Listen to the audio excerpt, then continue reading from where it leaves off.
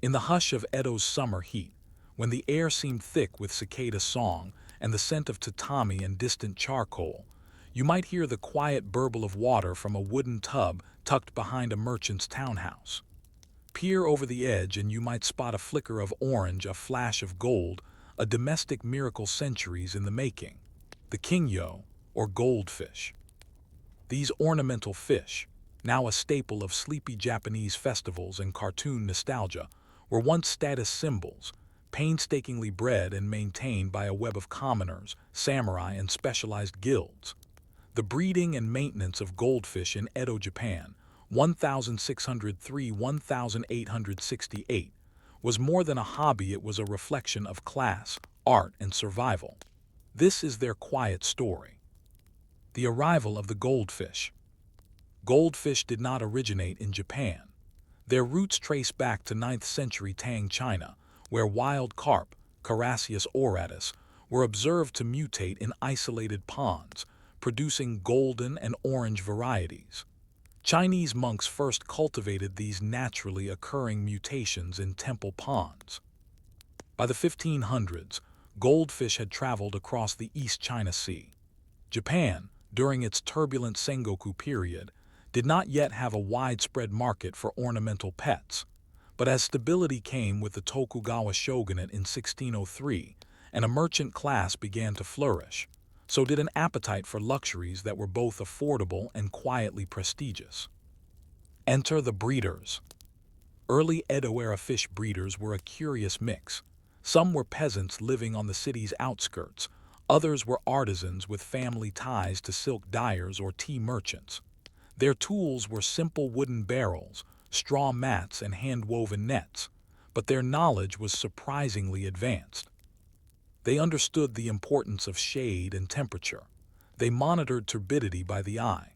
Algae was not merely tolerated, it was a natural part of a healthy aquatic environment.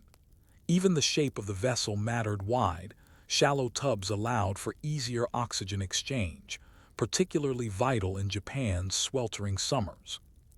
Fish were bred selectively, with an eye not just for color, but for tail shape, fin length, and behavior.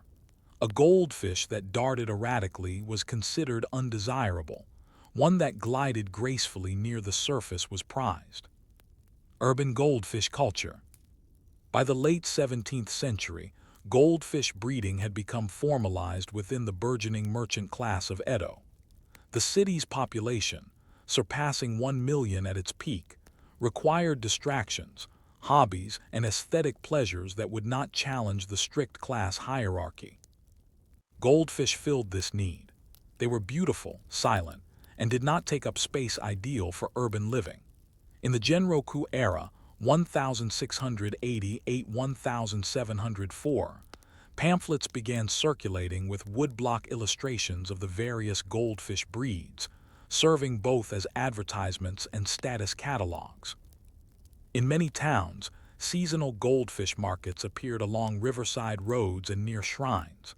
These weren't carnival stalls. They were serious, multi-generational family businesses. Goldfish were displayed in long wooden basins under cloth shades, and prices were negotiated solemnly. Children were allowed to look, but only the wealthy could buy. Still, some enterprising breeders created smaller, plainer breeds, what we might now call feeder goldfish, for sale to commoners, beginning a democratization of pet ownership that was quietly radical. The guilds and the codes. With popularity came control. By the mid-18th century, goldfish breeding had been partially absorbed into the Nakama Guild structure, a network of artisan cooperatives that set prices, ensured quality, and maintained a degree of secrecy. These breeder guilds, particularly strong in the Saitama and Tokyo regions, passed down techniques in oral form. Apprenticeships could last years. New apprentices were often given the least glamorous tasks, changing water, hauling buckets, and cleaning algae-rimmed basins. Guild codes forbade the sale of fertilized eggs or breeding stock to outsiders. Breaches were met with heavy fines or social ostracization. This secrecy preserved line purity and, perhaps more importantly, market dominance. It also led to a proliferation of names and classifications. What one guild called a shubunkin, another might call a nankin. Regional variations thrived, confusing outsiders and stimulating collectors who prided themselves on obscure knowledge. Keeping goldfish alive wasn't easy. Water quality was everything, and Edo's infrastructure, while advanced in many ways, did not make things simple for fish breeders. Households relied on shallow wells, river water, or collected rain. All of these sources carried risks, fluctuating temperatures, pollutants, or silt. To keep goldfish alive, breeders had to cycle water slowly, often using sand or charcoal filters improvised from household items. They monitored oxygen levels not with tools, but with the behavior of the fish. If a goldfish lingered near the surface, it was a bad sign. Feeding was another challenge. Commercial fish food did not exist. Breeders used a mix of boiled rice, crushed peas, or even silkworm larvae. Overfeeding was fatal. Underfeeding made the fish dull in color. Parasites were a constant threat. There are records of entire breeding seasons wiped out by sudden infestations of anchor worm or gill flukes. Breeders responded with salt baths, homemade herbal concoctions, and rigorous culling. It was a delicate art, but one they carried out with tireless dedication, for every lost fish was lost time, and lost time could mean ruin. Goldfish and status. It may seem strange now, but goldfish were once a clear indicator of social class. In a time when luxury was strictly regulated, certain fabrics and architecture were forbidden to commoners. Owning rare goldfish offered a legal way to display wealth. There were even stories of feudal lords gifting rare goldfish breeds to one another as diplomatic overtures. Some daimyo maintained personal goldfish estates, employing dozens of caretakers. An entire class of hand-blown glass bowls, known as kingyo-bakai, was developed to better showcase these aquatic ornaments.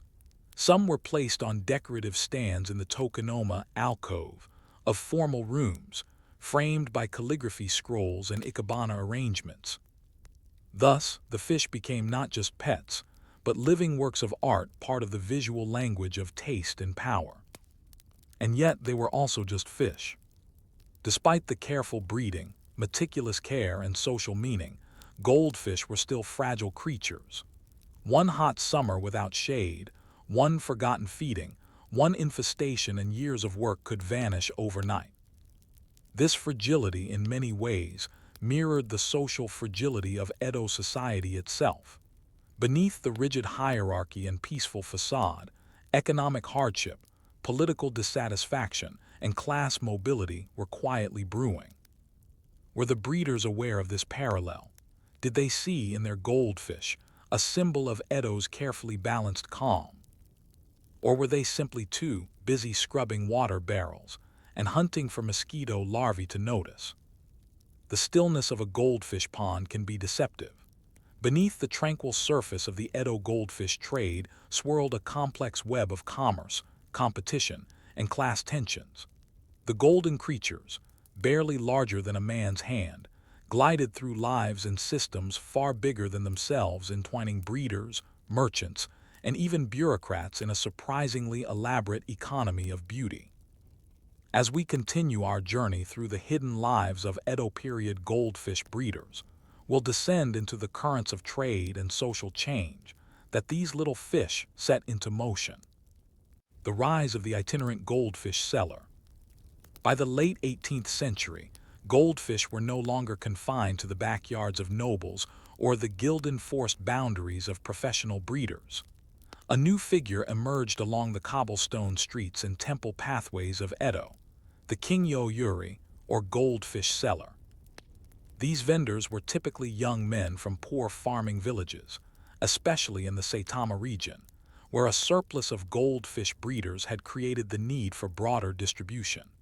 Carrying their goods in large wooden tubs slung from bamboo poles or mounted on handcarts, they pushed their way through the narrow lanes of the city, crying softly. Kinyo, Nuraru Hodo Utsukashii. Goldfish, beautiful enough to soak your soul. They were, in essence, living advertisements. Children followed them. Servants haggled with them. Town ladies peered from behind curtains. The goldfish seller became a minor but persistent figure in urban life, offering a piece of nature in a society increasingly shaped by concrete, law, and formality.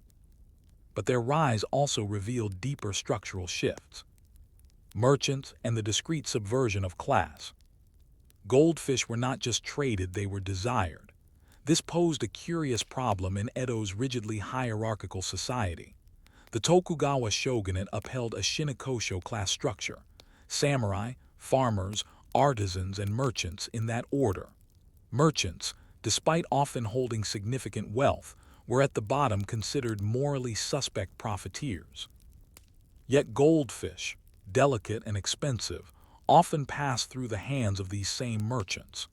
And as the merchant class expanded thanks to rice speculation, textile trade, and real estate, they began to quietly rebel against the notion of inferiority.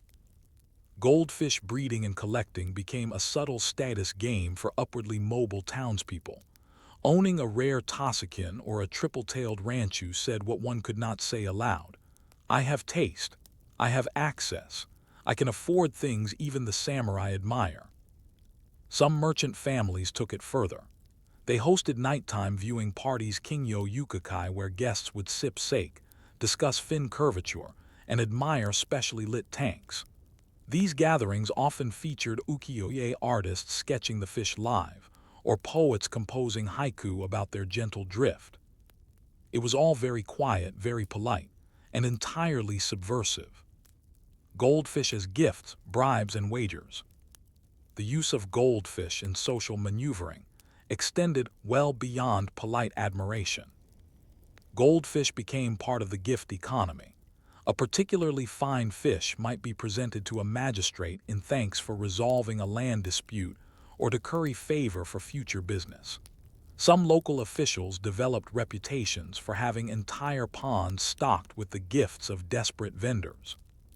There are documented cases of goldfish being used as wagers in underground gambling dens. In one Osaka archive, a police report details the confiscation of 2 wagons of ornamental fish, used in a bet over kabuki theater rights. Whether the fish themselves were gambled or served merely as proxy for coin is unclear, but the symbolism is potent. These moments, strange, opaque, easily overlooked, reveal the unexpected cultural penetration of these tiny animals. Seasonal demand and the goldfish economy. Though available year-round, goldfish experienced sharp spikes in demand during summer. Summer festivals in Edo were extravagant affairs: parades, fireworks, masked dances, food stalls, and goldfish were an essential part.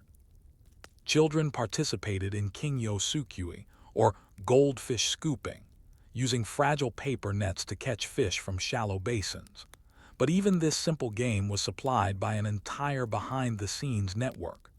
Breeders provided the fish, guilds approved the sourcing, artisans made the paper scoops, and stall owners negotiated festival permits from the ward leaders. Prices fluctuated with the seasons. In lean winters, breeders often culled lower-quality stock to reduce feed costs. This scarcity made certain breeds more expensive in spring. An enterprising breeder could make a tidy profit if his fish survived the winter, if the market remained stable, if no festival was canceled due to political mourning or disease. And that if was heavy, because by the 1830s, storms were gathering not only in the skis but in the very foundations of Edo society. The troubles begin: disease and doubt. Goldfish are sensitive creatures. Too much light, too little oxygen, or even a tiny shift in pH can unravel their health. But the world around them was changing even faster. In 1833, the Tenpo famine began. A combination of poor harvests, cold weather, and crop disease caused widespread food shortages. The crisis lasted until 1837. During this time, Many breeders were forced to abandon their ponds or divert resources to grow food instead. The surviving fish were hoarded, their prices spiking wildly. Desperation followed. Lower quality goldfish were sold as high grade. Breeders moved fish too early in the season to make quick money, resulting in higher mortality and angry buyers. Trust in the market frayed. To complicate matters, a new breed emerged from Osaka that quickly dominated festival demand: the demikin, or telescope-eye goldfish. Its bizarre protruding eyes and darting movements made it a hit with children, but traditional breeders viewed it as vulgar and genetically unstable. A divide began forming between traditionalists and opportunists, those who sought to preserve lineage and those chasing novelty. Even the art world split. Ukiyo-e artists like Utagawa Kuniyoshi produced exaggerated goldfish prints to appeal to the festival crowd, while others dismissed the new trend as low culture. Government scrutiny and unwelcome attention. The Tenpo reforms 1841–1843, initiated in response to the famine, targeted what the government saw as social excess. Luxury goods, ostentatious displays, and non-essential commerce were harshly scrutinized.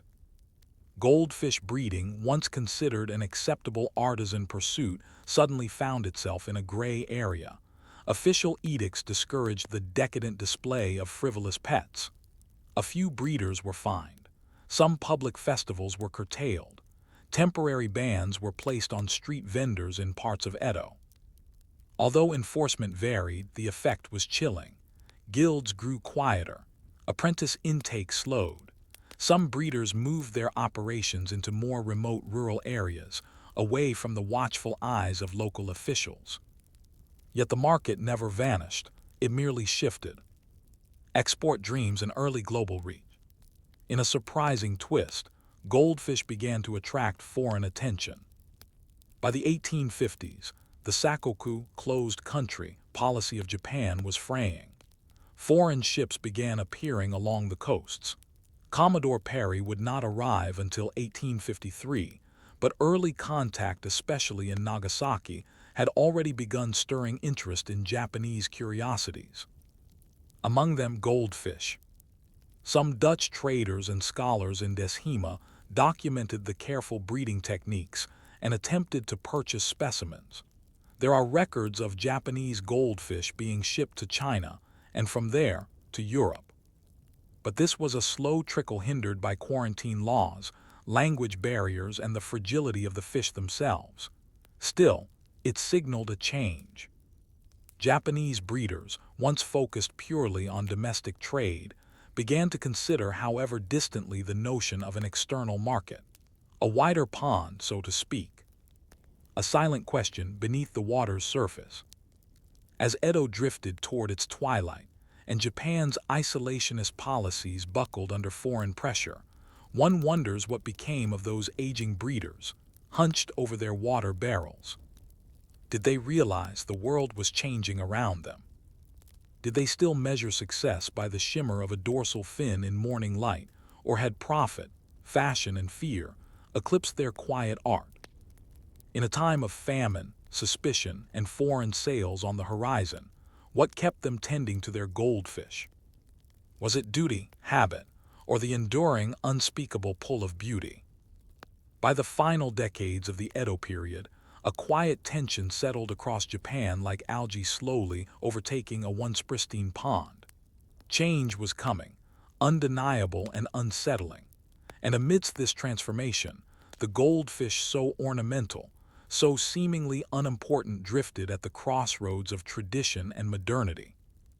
In this final section, we'll follow the goldfish as it crosses into the Meiji era, examining not only its survival, but how it evolved from a living status symbol into an icon of Japanese culture and global commerce. Collapse of isolation and the breeder's reckoning. The year 1853 was a tremor beneath the pond. Commodore Perry's black ships arrived in Edo Bay, and within 5 years, Japan's Sakoku isolation was effectively broken. The Tokugawa shogunate, under internal and external pressures, began to falter. By 1868, the emperor was restored to power in what would become known as the Meiji Restoration. This political upheaval affected all trades, but for the humble goldfish breeder, the changes were jarringly intimate. Previously protected by local guilds and regional customs, many breeders suddenly found themselves unmoored. The old networks, the apprentice systems, the seasonal vendor circuits, the permit-based festival stalls began to dissolve. But for some, this collapse was an opportunity. Without guild oversight or class restrictions, independent breeders began advertising in print, experimenting with crossbreeds once considered taboo, and even courting foreigners. The goldfish, a product of still water, was about to be swept into a stream far more turbulent and far more global. The goldfish goes international. In the early Meiji period, 1868–1912, as Japan aggressively pursued modernization and global integration, its cultural exports surged.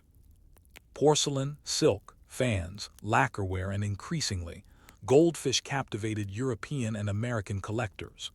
Traders departing from Yokohama or Kobe began transporting goldfish in specially constructed shipping tanks. Mortality remained high, but enough survived to spark interest in botanical gardens, private menageries, and even early aquariums in Europe. The fascination was immediate. Western naturalists, artists, and collectors praised the fish's strange elegance. To Victorian sensibilities, they were exotic yet manageable, a living fragment of a foreign world, self-contained in glass. Some Japanese breeders, now liberated from domestic trade restrictions, catered to this new demand. They bred for robustness rather than fragility, favoring hardy variants with novel patterns or peculiar tails. It was during this time that the now famous ranchu, with its round body and raspberry-like head growth, became popular abroad. And yet this surge into foreign waters posed a dilemma. Could the goldfish maintain its cultural meaning in a world that saw it merely as decoration? Shifting symbolism, from prestige to nostalgia. In pre-Meiji Japan, goldfish had been coded as elite, but as the Meiji era progressed and mass production became widespread, that symbolism diluted. Glass-blown Kingyo-bakai bowls were replaced with factory-made ceramic basins. The labor-intensive breeding of rare strains gave way to large-scale production of hardy, fast-growing fish. Goldfish became affordable, ubiquitous, ordinary. At summer festivals they remained a staple, but now even the poorest child could win one. The social distinction had faded. Yet something curious happened. As their exclusivity diminished, goldfish transformed into vessels of nostalgia. Artists and poets of the Taisho period, 1912–1926, often depicted goldfish as symbols of vanishing Edo gentility, serene survivors of a lost world. Paintings showed solitary fish in sparse bowls beside dusty tatami. Stories featured old samurai who watched their goldfish in silence, reflecting on lost honor. Even today, Japanese literature and film return to this image. The goldfish as memory, as fragility, as beauty that cannot be held. The art and craft that endured. Despite modernization, the old methods never completely disappeared. In regions like Yatomi, Aichi Prefecture, and Saitama, families continued traditional breeding. Some lineages could trace their methods back over 200 years. These breeders preserved certain strains like the Tosakin, whose broad, flowing tail could only be maintained in still, circular ponds. Apprenticeships resumed in new forms. Manuals were published. Associations were formed to judge and exhibit show-quality fish. In 1912, the first national goldfish exhibition was held in Tokyo, complete with judges, prizes, and breed standards. A humble fish once bartered behind shrines was now awarded medals. The breeder's role had shifted from artisan to competitor, from hidden technician to recognized craftsperson. What had once been secret knowledge passed in whispers now appeared in public lectures and instructional scrolls. Still the essence remained: long hours, early mornings, silent ponds, and a watchful eye. Goldfish in the modern cultural tapestry. In the 20th century, goldfish made their way into nearly every facet of Japanese life. In art, ukiyo-e gave way to manga and animation, where goldfish often symbolized transience or longing. The iconic Studio Ghibli film Ponyo opens with a vibrant scene of swirling, magical goldfish in a fantastical sea, a direct echo of centuries-old Japanese painting scrolls. In fashion and design, goldfish motifs appear on kimono fabrics, ceramic tea sets, and even postage stamps. Their image, always gliding, became shorthand for beauty without permanence. In language, phrases like kingyo no fun, a goldfish's poop, entered idiom, referring humorously to someone who blindly follows another, as goldfish sometimes do. In memory, for many Japanese people, childhood memories are interlaced with summer festivals, paper nets, and a bowl containing a bright orange prize. The goldfish endured not because it was necessary, but because it was quietly beloved. Reflections at the water's edge. Now consider the breeder again, you. Imagine squatting by the edge of a hand-carved cedar basin, somewhere outside Edo, now Tokyo 200 years ago. The air is thick with summer, but your focus is sharp. You inspect each fish, noting clouded eyes, damaged scales, sluggish movements. You separate one into a smaller tub. You adjust the shade cloth. You scatter a few grains of boiled rice. No one watches. No glory awaits. You do this because it matters.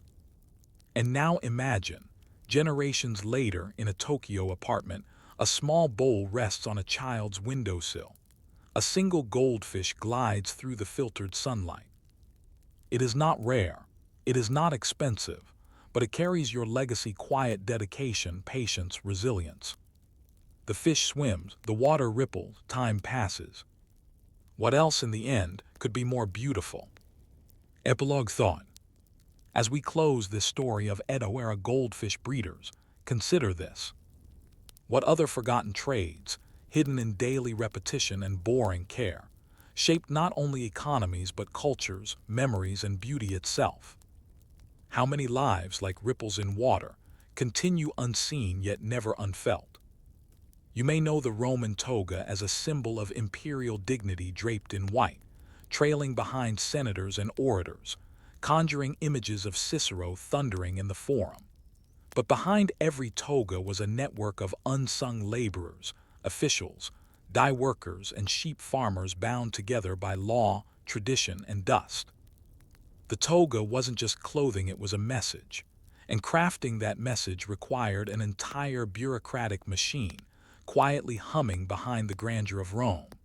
This is the story not of the wearers, but of the weavers, and the people who shaped Rome not through war or law but through wool. A garment of obligation, not comfort. Let's be clear, the toga was not a convenient garment. It was heavy, cumbersome, and nearly impossible to put on alone. It could measure up to 20 feet in length and 6 feet in width, requiring careful pleating and folding to drape properly. Wearing a toga incorrectly could be interpreted as sloppy, disrespectful, or worse, politically subversive. Despite this, the toga was required dress for Roman male citizens during formal events, public office, and legal proceedings. A citizen appearing in court without a toga could be fined, even if he had no means to afford one. The toga was a fabric of inclusion, but also of exclusion, which meant someone had to make sure every citizen had access to a toga, especially if that citizen served the Republic. Thus entered the bureaucracy. Wool, the backbone of the Republic. The Roman toga was made of wool, and wool in the ancient world was not simply harvested, it was constructed. The process began on small farms across Italy, particularly in Etruria and Apulia, where sheep were kept in dry, hilly pastures. Roman sheep were not yet the soft-fleeced creatures we imagine today. Their wool was coarse, oily, and labor-intensive. Shearing happened annually in early spring. The wool, still thick with lanolin and soil, was sorted into grades. Fine fleece went to high-quality garments like the toga pura, the standard white toga of a citizen. Coarser grades were used for cloaks and blankets. The best wool came from sheep raised near Tarentum, whose fleece was light and easy to dye. Once shorn, the wool passed into the hands of the fulluns, the Roman cloth processors. Fullers and foul waters. The fullonica was the Roman equivalent of a textile processing plant. These facilities were often located on the edges of cities due to their smell and pollution. Fullers were responsible for cleaning, thickening, and finishing the woolen cloth. They used fermented urine as detergent collected from public urinals and stored in large ceramic vessels outside their workshops. The cleaning process involved trampling the cloth barefoot in vats of this solution. It was a repetitive, smelly job, and fullers were considered a lower artisan class. Yet they were essential. Their job ensured the wool was brightened and softened before weaving. After cleansing, the cloth was rinsed, stretched, and brushed. In many cases, the cloth was also bleached using sulfur fumes, burning sulfur beneath hung fabric in sealed chambers. This gave the white toga its crisp brilliance. You wore sulfur and urine when you wore a toga, just not in the forum. The state steps in, toga regulation. As the Roman Republic grew in complexity, the production of state garments became partially centralized, especially for those worn by senators, magistrates, and priests. The toga candida, worn by those running for office, was especially whitened using chalk dust to exaggerate its purity. This is where we get the modern word candidate. To manage this system, the aerarium, the state treasury, allocated funds to city officials known as curators vestis publici. These officials oversaw the sourcing and delivery of cloth for public use, including togas for civic ceremonies, funerals, and religious festivals. In Rome's colonies and provinces, similar offices existed. Inscriptions found in North Africa and Gaul mention officials charged with managing the vestis publica, ensuring provincial elites had proper garments for public display. Sometimes, lawsuits arose over disputes about garment delivery delays, incomplete orders, or accusations of misweighing cloth.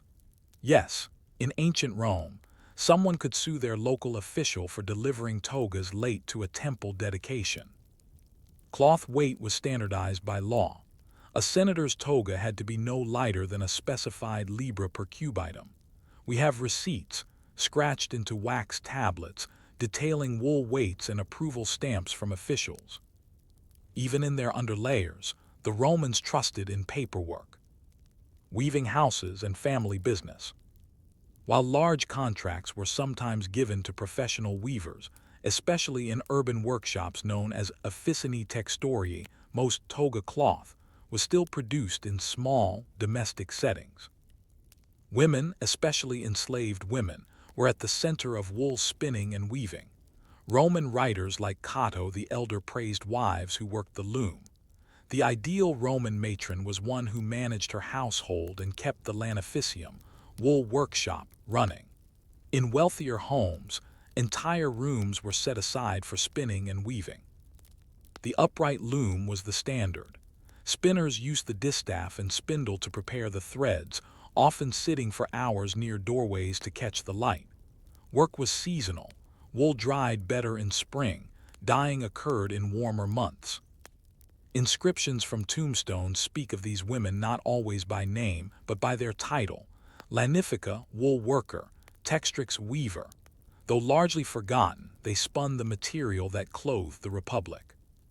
The lives between the threads. Consider the many hands that touched a single toga. A shepherd in Apulia, guiding shaggy sheep across dusty ridges. An enslaved girl standing knee-deep in ammoniacal water, stomping cloth to a froth. A spinner in the atrium of a domus, flicking fibers into thread by candlelight. a weaver stretching warp threads taut across a loom, humming to break the monotony. A state official marking a chalkboard with quotas and quality stamps. All for a garment worn for a few hours, then folded, scented, and stored away. It wasn't just fashion. It was duty, identity, legality. To wear the toga was to wear the labor of dozens, perhaps hundreds, but few remembered their names. Few are still asked how the garment arrived. And even as Roman politics heated, factions split, conspiracies brewed, and the Republic groaned under its own weight, the system of toga production kept running. Quiet, bureaucratic, necessary. A man could be assassinated in the Senate, but his mourning toga still had to be delivered on time. Unspun threads. By the end of the Republic, imported silks and foreign styles began to erode the toga's dominance. Julius Caesar himself occasionally wore long-sleeved tunics from the East, causing scandal. Emperors would eventually adopt garments that were easier to wear and richer to look at, leaving the toga a symbol more of nostalgia than of necessity. But in its time, the toga represented something complex and deeply human, a society trying to clothe its ideals. Not with simplicity, but with systems, schedules, and wool. As Rome's territories expanded and the complexity of its society deepened, the toga evolved. No longer a single white cloth worn by all, it became a spectrum of meaning, a bureaucratic badge, a symbol of hierarchy, a coded message of class, rank, and even moral standing. This section explores how color, cut, and context reshaped the toga from a simple woolen wrap into a deeply regulated visual language, a language that had to be woven, dyed, approved, and enforced by entire systems of control. From toga pura to toga praetexta. To understand how bureaucratic Rome was about its clothing, we must begin with color. The toga pura, or toga virilis, was the unbleached white wool toga worn by most male Roman citizens. It marked adulthood and civic participation. Young men donned this toga around age 14-16 in a formal ceremony. The toga praetexta was a white toga with a broad purple border. Worn by magistrates and freeborn boys, it denoted both authority and protected status. But the purple wasn't just decorative, it was state-controlled. The purple dye used was extracted from the murex sea snail and required thousands of crushed shells to produce even a few grams of pigment. This purpura was costly and subject to strict legal regulation. Imperial decrees, such as those codified later in the Lex Julia Sumptuaria, outlined who could wear what level of purple. A too-wide stripe could incur fines or worse, accusations of impersonating a magistrate. The dye trade was monitored by state-appointed officials. Dye houses, especially in coastal towns like Tyre or Pompeii, were required to record their output and deliveries, and magistrates often submitted dye samples for inspection before official garments were completed. Togas, it turned out, could be criminal. The toga candida and political optics. When a Roman man sought political office, he donned the toga candida, a version of the toga pura that was aggressively whitened using chalk and lime dust. The name candida comes from candor, meaning dazzling white. But making a toga unnaturally bright was a process. Fullers would beat and re-bleach the cloth repeatedly, applying multiple sulfur fumigations and coatings. The brightness was meant to imply moral purity and worthiness, but the process itself was highly artificial. Candidates were expected to appear regularly in the forum in this garment during their campaign, yet some seeking an edge paid extra to have their toga over-brightened, pushing the limits of social acceptability. Satirists like Juvenal mocked these men for burnishing their lies in lime. As a result, the office of public dress, officium vestis candidata, was formed by some municipalities to oversee the production of electoral togas and ensure compliance. This office coordinated with fullers, approved contracts, and even received complaints from rival candidates. Imagine reporting your opponent for an overly bright toga. And yes, there are records that some did exactly that. The toga pulla and funeral law. On the opposite end of the spectrum was the toga pulla, or dark toga, worn during mourning. This garment was made from undyed or soot-darkened wool. It conveyed grief and social withdrawal. But even mourning had rules. For example, senators mourning, a family member were expected to wear the toga pulla for 10 days, but not more than 30 lest they be accused of excessive display. If attending the Senate during this time, they were permitted a simplified version, so as not to distract from proceedings. Women and slaves, by contrast, had no formal right to wear the toga pulla. Their mourning was expressed through other garments, black stali, or disheveled tunics. In state funerals, such as those for famous generals or emperors, city officials managed mass garment coordination. Contracts would be drawn up with cloth suppliers and fullers to produce thousands of matching toga pulla for processions. Wool quotas were adjusted to accommodate these orders, especially during periods of plague or civil war, when death became public and frequent. Mourning became a logistical enterprise. Togas of ceremony and priesthood.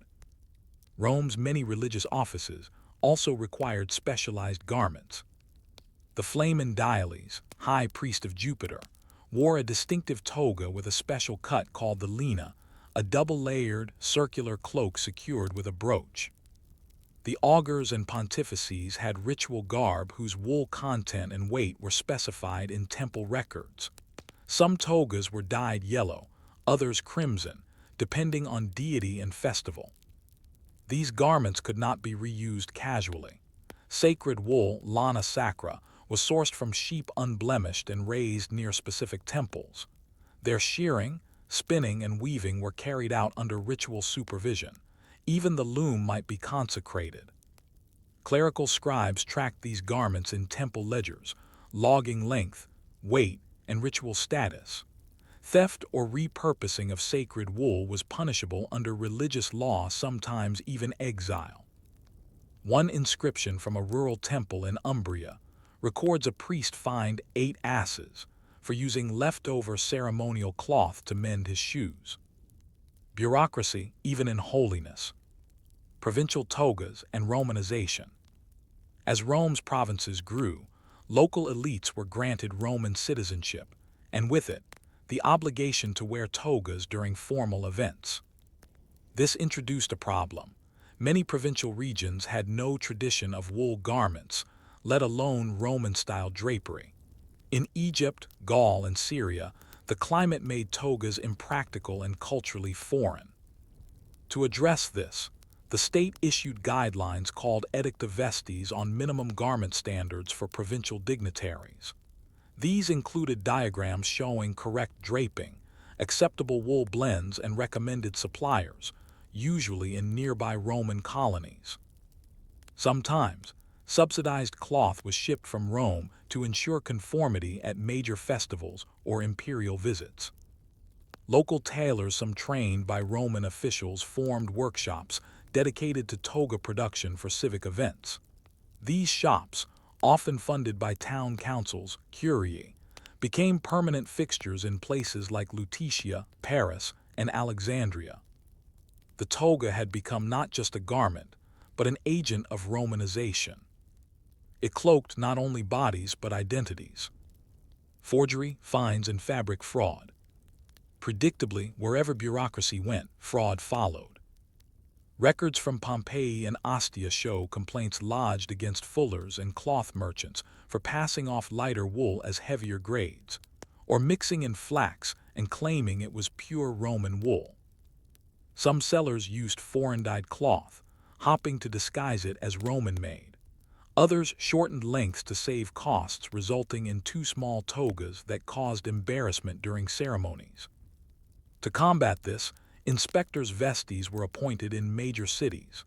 These garment inspectors were responsible for testing, weighing, and certifying toga cloth. They carried bronze weights and seals and could impose fines or seize illicit fabric.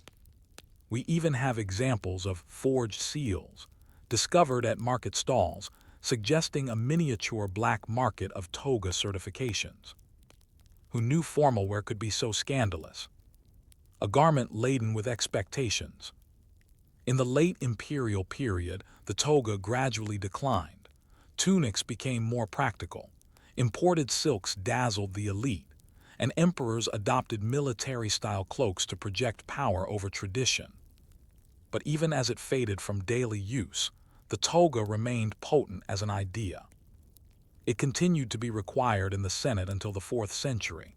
It appeared in statues, frescoes, and official portraits.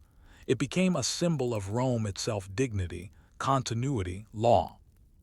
And yet, few saw the strain behind the symbol. The tired feet of inspectors, the raw hands of spinners, the frustration of provincial officials trying to meet wool quotas from sheep that didn't exist. What we remember as a simple white drape was, in truth, a system of labor, law, and logistics wrapped around the body.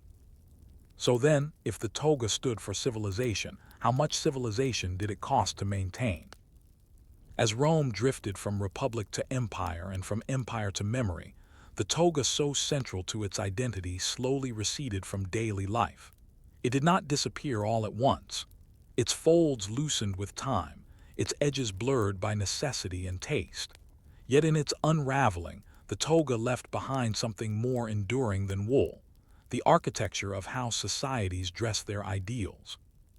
In this final section, we'll follow the decline of the toga not as failure, but as transformation, examining how a garment so heavily weighed with regulation, labor, and meaning became mythologized, misremembered, and ultimately reborn in unexpected forms. The shifting silhouette of Rome. By the 3rd century CE, everyday Roman dress had already begun to change. Tunics became more common for both men and women, even among elites. These were lighter, easier to wash, and more practical for work, travel, or simply surviving in warmer provinces. Soldiers had long-worn cloaks like the sagum or paludamentum, and civilian styles followed suit. The pinula, a sort of hooded, poncho-like garment, became popular with civil servants and travelers alike. The toga remained formal wear, but even then its form had changed. The classic Republican toga pura gave way to the toga cantabulata, a stylized, layered version folded sharply to form rectangular pleats. It looked almost sculptural, and it was. There is evidence that tailors began pre-folding sections of the toga and sewing in partial pleats, allowing it to drape correctly with less effort. This is significant. When a garment designed for public dignity must be sewn into place, it's a sign of its declining relevance. The toga had become a performance worn not because it was useful, but because it was expected. Imperial adoption and the cloak of power. Emperors, who once appeared in the Senate in full togas, began favoring shorter cloaks and military dress. Emperors like Septimius Severus and Caracalla adopted more Eastern-style robes, tunics with decorative panels, clavi, and regal cloaks clasped at the shoulder.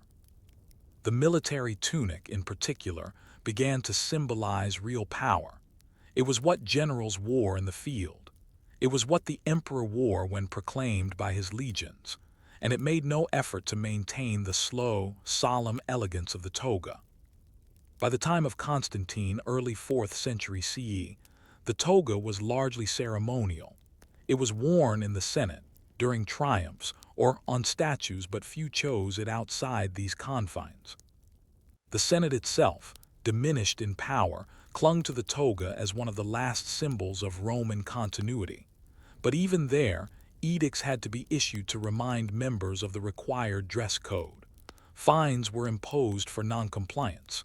Enforcement became sporadic. There is no precise date for the toga's disappearance. Like the empire itself, it faded in layers. The afterlife in art and law. While the toga ceased to be worn, it never truly vanished. Roman statues, especially those commissioned during the empire's twilight, continued to depict togate figures, even when no one wore them anymore.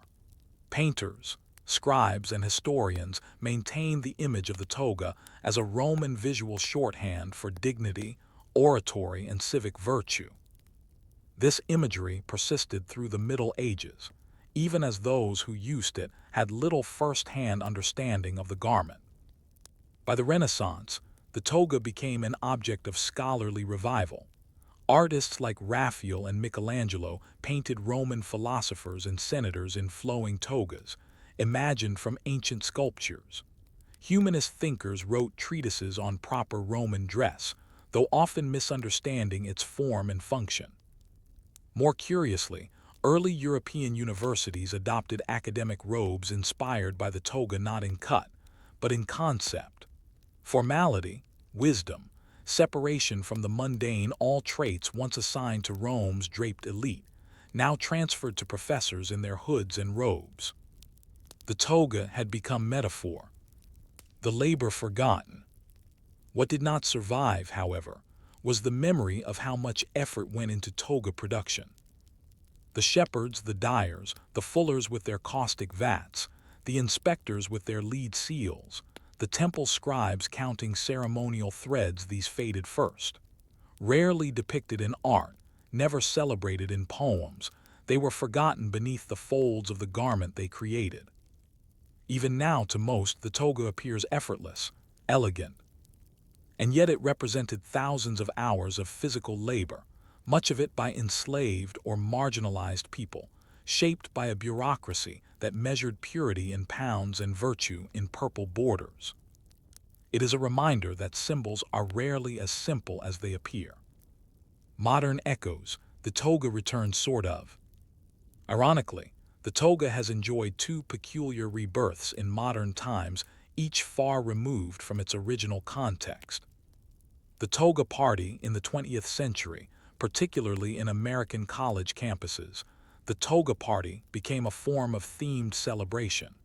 Participants wore bedsheets in crude imitation of Roman dress, usually while drinking and celebrating. The irony is profound. What was once a garment of exacting social control became a symbol of disorderly fun. Legal robes and civic dress. Judges in many countries still wear robes that trace their symbolic lineage to Roman dignity. Even in the absence of togas, the concept of special dress to signify role and responsibility endures. Thus, the toga lives not in wool, but in the idea that what we wear tells others who we are supposed to be. Final reflections at the loom. Picture the loom again, not in marble halls, but in a small atrium, with dust on the floor and wool clumps on the bench. A woman spins the thread that will one day rest on a senator's shoulder. Her fingers are cracked, her spindle is worn, her name will not be remembered. A clerk scratches a wax tablet, nodding the weight of a roll of cloth. He doesn't know who will wear it, but his mark makes it legal. A boy delivers the toga to a client. It must arrive unwrinkled, unstained, perfectly folded. He's reprimanded for a crease. None of these people made laws, none gave speeches, but they built the garment those men wore. And in that they built Rome not in glory, but in fiber. Unanswered thought. If civilization is clothed in meaning, and its garments shaped by the unseen, who are the weavers of our own age, those whose labor wraps around us silently? And when their work disappears, what will remain? When we think of revolutions, we often think of flames, wars, forges, smoke-choked cities, and the heat of transformation. But in the forgotten fields and quiet villages of ancient China, a different kind of revolution unfolded. One that used no flame, made no noise, and yet sustained entire empires. It was a revolution made of brine and patience. This is the story of salt not as a seasoning, but as a lifeline, and how, in the Sichuan basin of southwestern China, ingenious engineers and laborers created a fireless method of salt production that fed dynasties, structured society, and turned subterranean chemistry into statecraft. Salt, the hidden engine of ancient China. To modern minds, salt is an afterthought, something shaken on food or scattered on icy roads. But in ancient times, Salt was essential for survival. It preserved food, balanced diets, and maintained trade routes. Its production and control were sources of power, taxation, and even rebellion. In ancient China, salt was not only a commodity, it was a state enterprise. As early as the Zhou dynasty, 1046–256 BCE, salt production was recorded in official documents, and by the Han dynasty, 206 BCE, 220 CE, it became one of the empire's most lucrative monopolies, along with iron and alcohol. But unlike other regions, which produced salt through boiling seawater or scraping evaporated pans, the Chinese of inland Sichuan did something different. They drilled a land of brine below. The Sichuan Basin is a land of strange geology surrounded by mountains, riddled with deep sedimentary layers, and sitting atop ancient oceans trapped beneath rock. Within this basin, particularly around the towns of Zigong and Ziliujing, thick deposits of underground brine salty groundwater waited, undisturbed. By the 3rd century BCE, Chinese workers had discovered these underground reserves. They noticed certain wells yielded salty water. Unlike coastal operations, this method required no access to the sea, no evaporation beds, and at least at first no fire. It was a slow process, but beneath the surface lay something extraordinary. Salt that did not require burning wood. Salt that could be raised, drop by ingenuity alone. Drilling by hand, the bamboo wells of Zigong. The earliest salt wells were shallow, less than 100 feet deep, but as knowledge grew, so did the depths. By the Tang dynasty, 618–907 CE, workers were drilling down hundreds of feet. By the Song dynasty, 961–1279 CE, some wells reached depths of over 1,000 feet. These were not simple holes in the ground. They were marvels of slow-motion engineering. Drilling was done using percussion methods, lifting and dropping an iron bit attached to a long bamboo cable. Workers stood on bamboo platforms, rhythmically raising and dropping the tool to chip away at the stone. The bamboo itself was a miracle of improvisation. Hollow, strong, and light, it was used not only for cables but also for piping. Sections were fitted together, sealed with cloth and natural resin, and lowered deep into the earth. The process was noisy, labor-intensive, and slow. It could take months, sometimes years, to reach a new brine deposit, but once accessed, the well could supply salty water for generations. A single well, properly maintained, could nourish an entire district. Raising brine without fire. Once the brine was tapped, it had to be extracted and transported. This was done not with fire or pumps, but with hand-powered windlasses and treadmills, often worked by teams of laborers or oxen. They used large ceramic or wooden buckets, lowered deep into the well and raised slowly, water sloshing inside. The salty liquid was poured into storage basins or transported via bamboo pipelines, sometimes for miles to collection centers. The entire process, from drilling to delivery, required no combustion. This was crucial in Sichuan, where wood was scarce and humidity made fire-based evaporation difficult. Instead, early methods included natural crystallization. Shallow stone or ceramic pans were left exposed to the dry air during certain seasons, allowing water to evaporate slowly over weeks. Later, when fire was introduced, it was used sparingly, only for final purification. But the foundational system remained largely flame-free. The salt guilds and hidden bureaucracy. This quiet labor gave rise to powerful organizations. Salt guilds and cooperatives that managed wells, coordinated labor, and regulated output. These were not casual associations. They kept ledgers, issued permits, and enforced rules, sometimes violently. Wells were family-owned but operated collectively. Profits were shared according to complex calculations involving depth, brine quality, and seniority. Over time, the state took notice. During the Tang and Song dynasties, local officials were tasked with overseeing production and collecting taxes in salt, rather than coin. Inspectors visited wells, measured output, and stamped official receipts, some of which still survive in buried archives and tombs. Salt became both a physical product and a unit of taxation. It moved not just in barrels, but in balance sheets. Brine as empire. Salt revenue often funded the state's most critical functions. Armies were paid in part from salt profits. Bridges and granaries were built from salt taxes. Even Confucian academies received endowments derived from salt levies. In the Yuan dynasty, 1271–1368, salt was officially monopolized by the state. In the Ming, 1368–1644, and Qing, 1644–1912, dynasties, it became the most carefully controlled commodity in the empire. The Yancheng, or Salt Bureau, was established with regional offices, encrypted reports, and quotas. Smuggling was common and dangerous. Punishments ranged from fines to execution.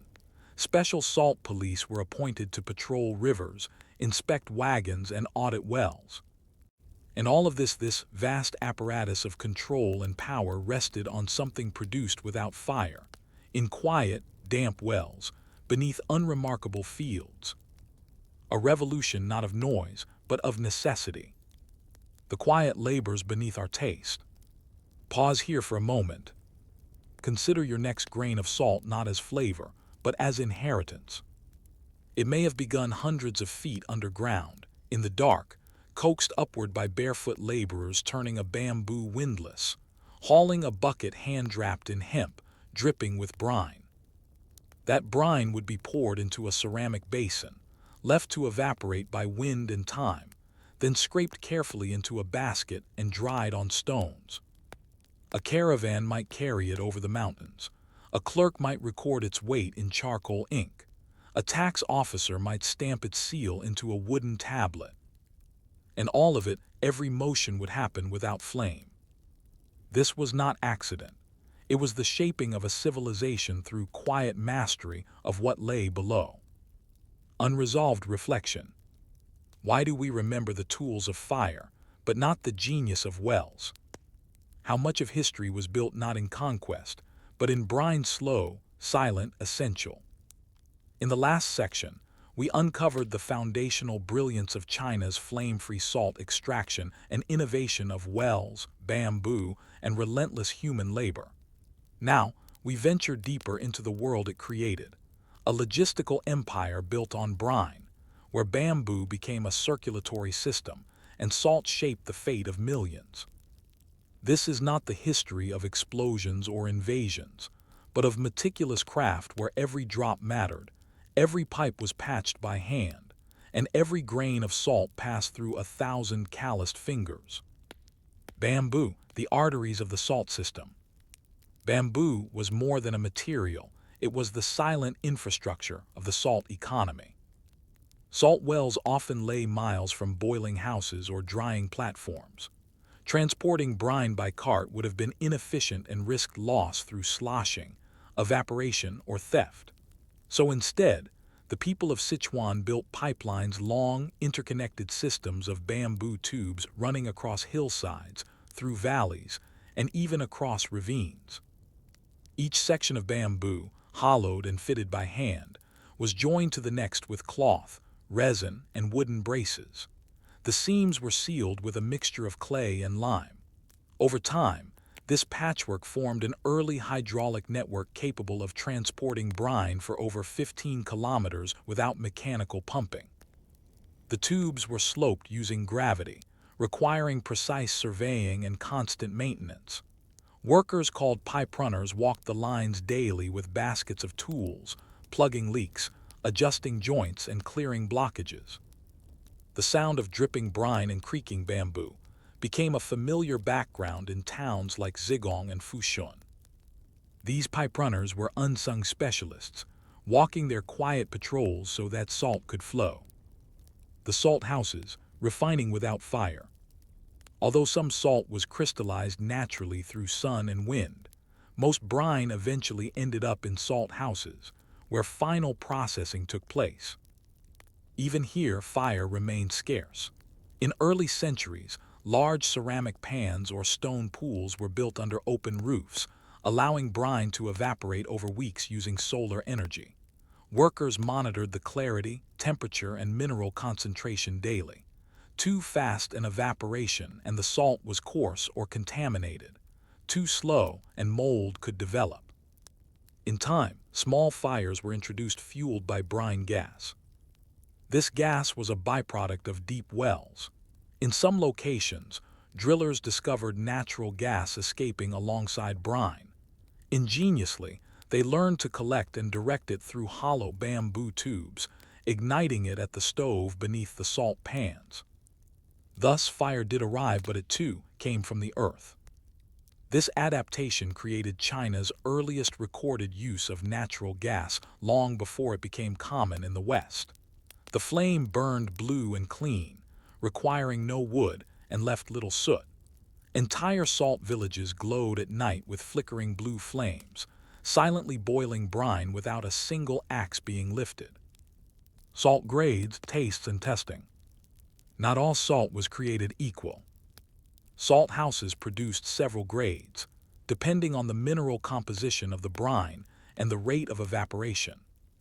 Top-grade crystal salt, pure white, large-grained, favored for imperial use and religious offerings.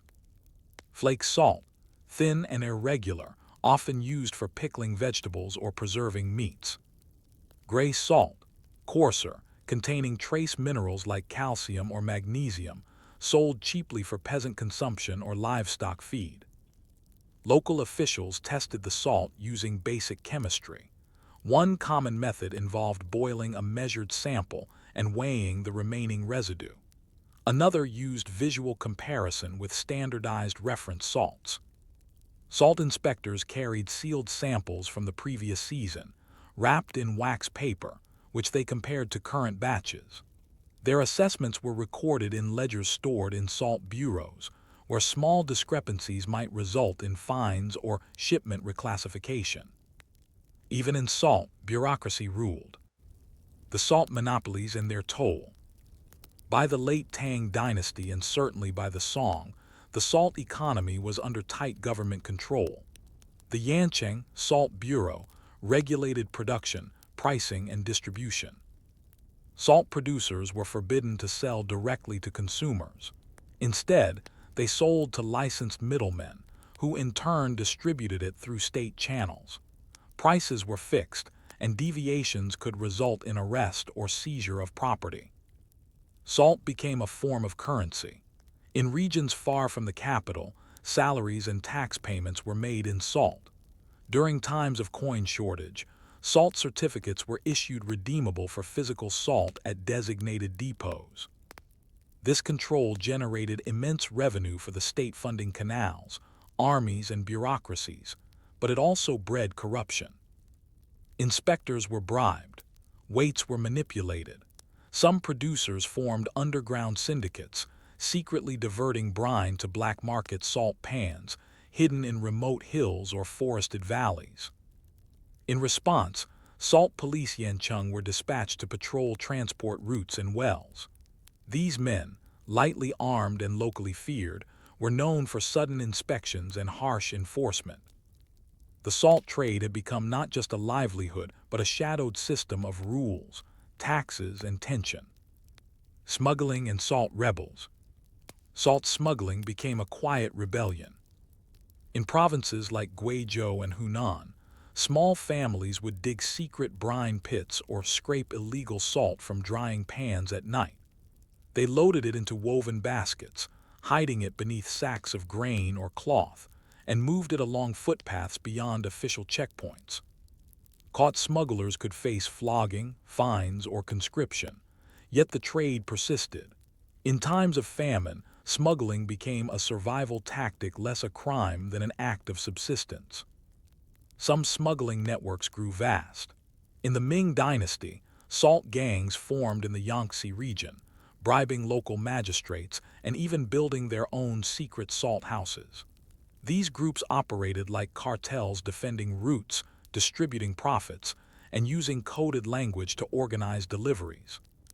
The quiet rebellion of salt, though rarely mentioned in grand historical narratives, shaped local economies and resisted the creeping weight of central authority. Women in the salt industry. Women's roles in salt production were often hidden in the records, but ever present on the ground.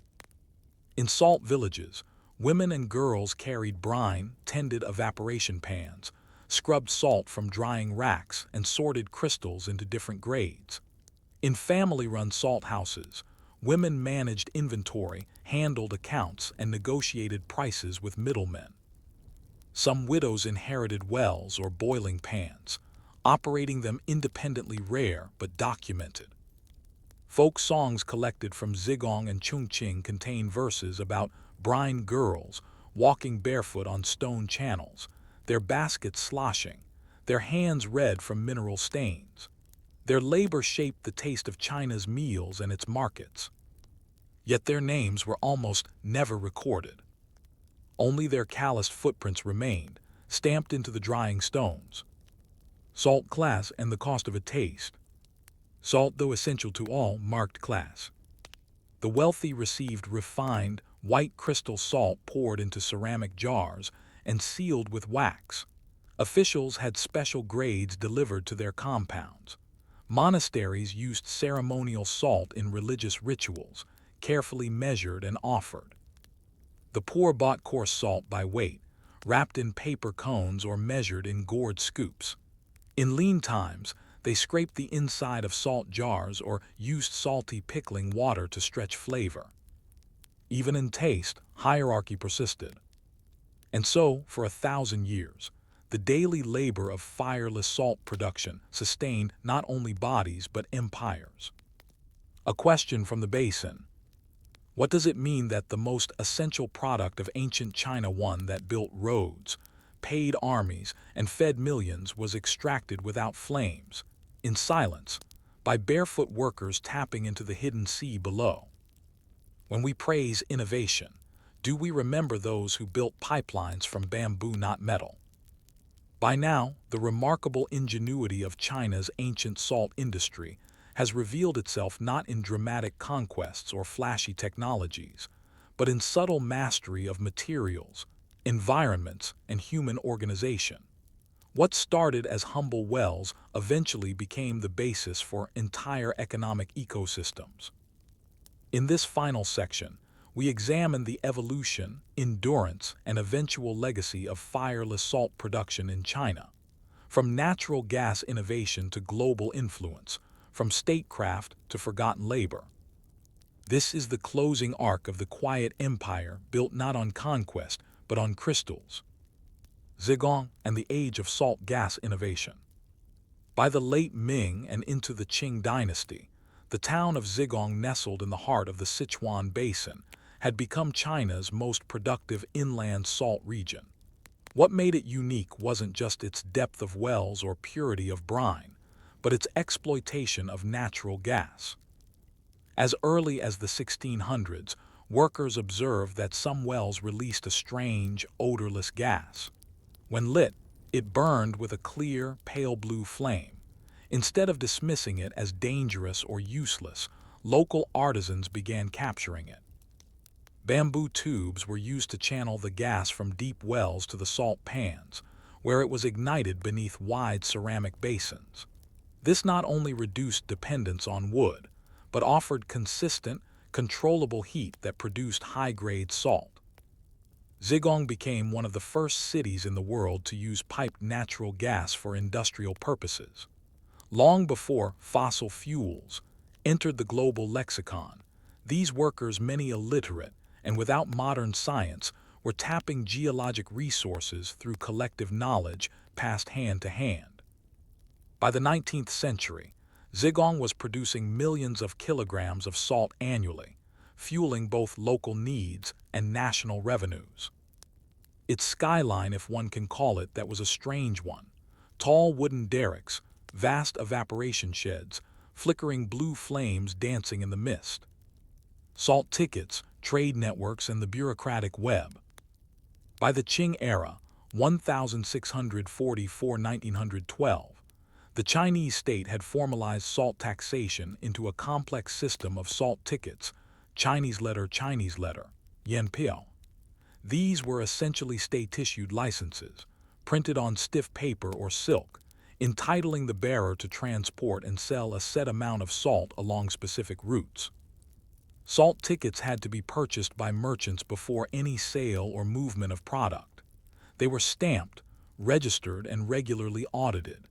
In major cities, entire salt ticket offices operated like banks, with clerks, guards, and specialized ledgers.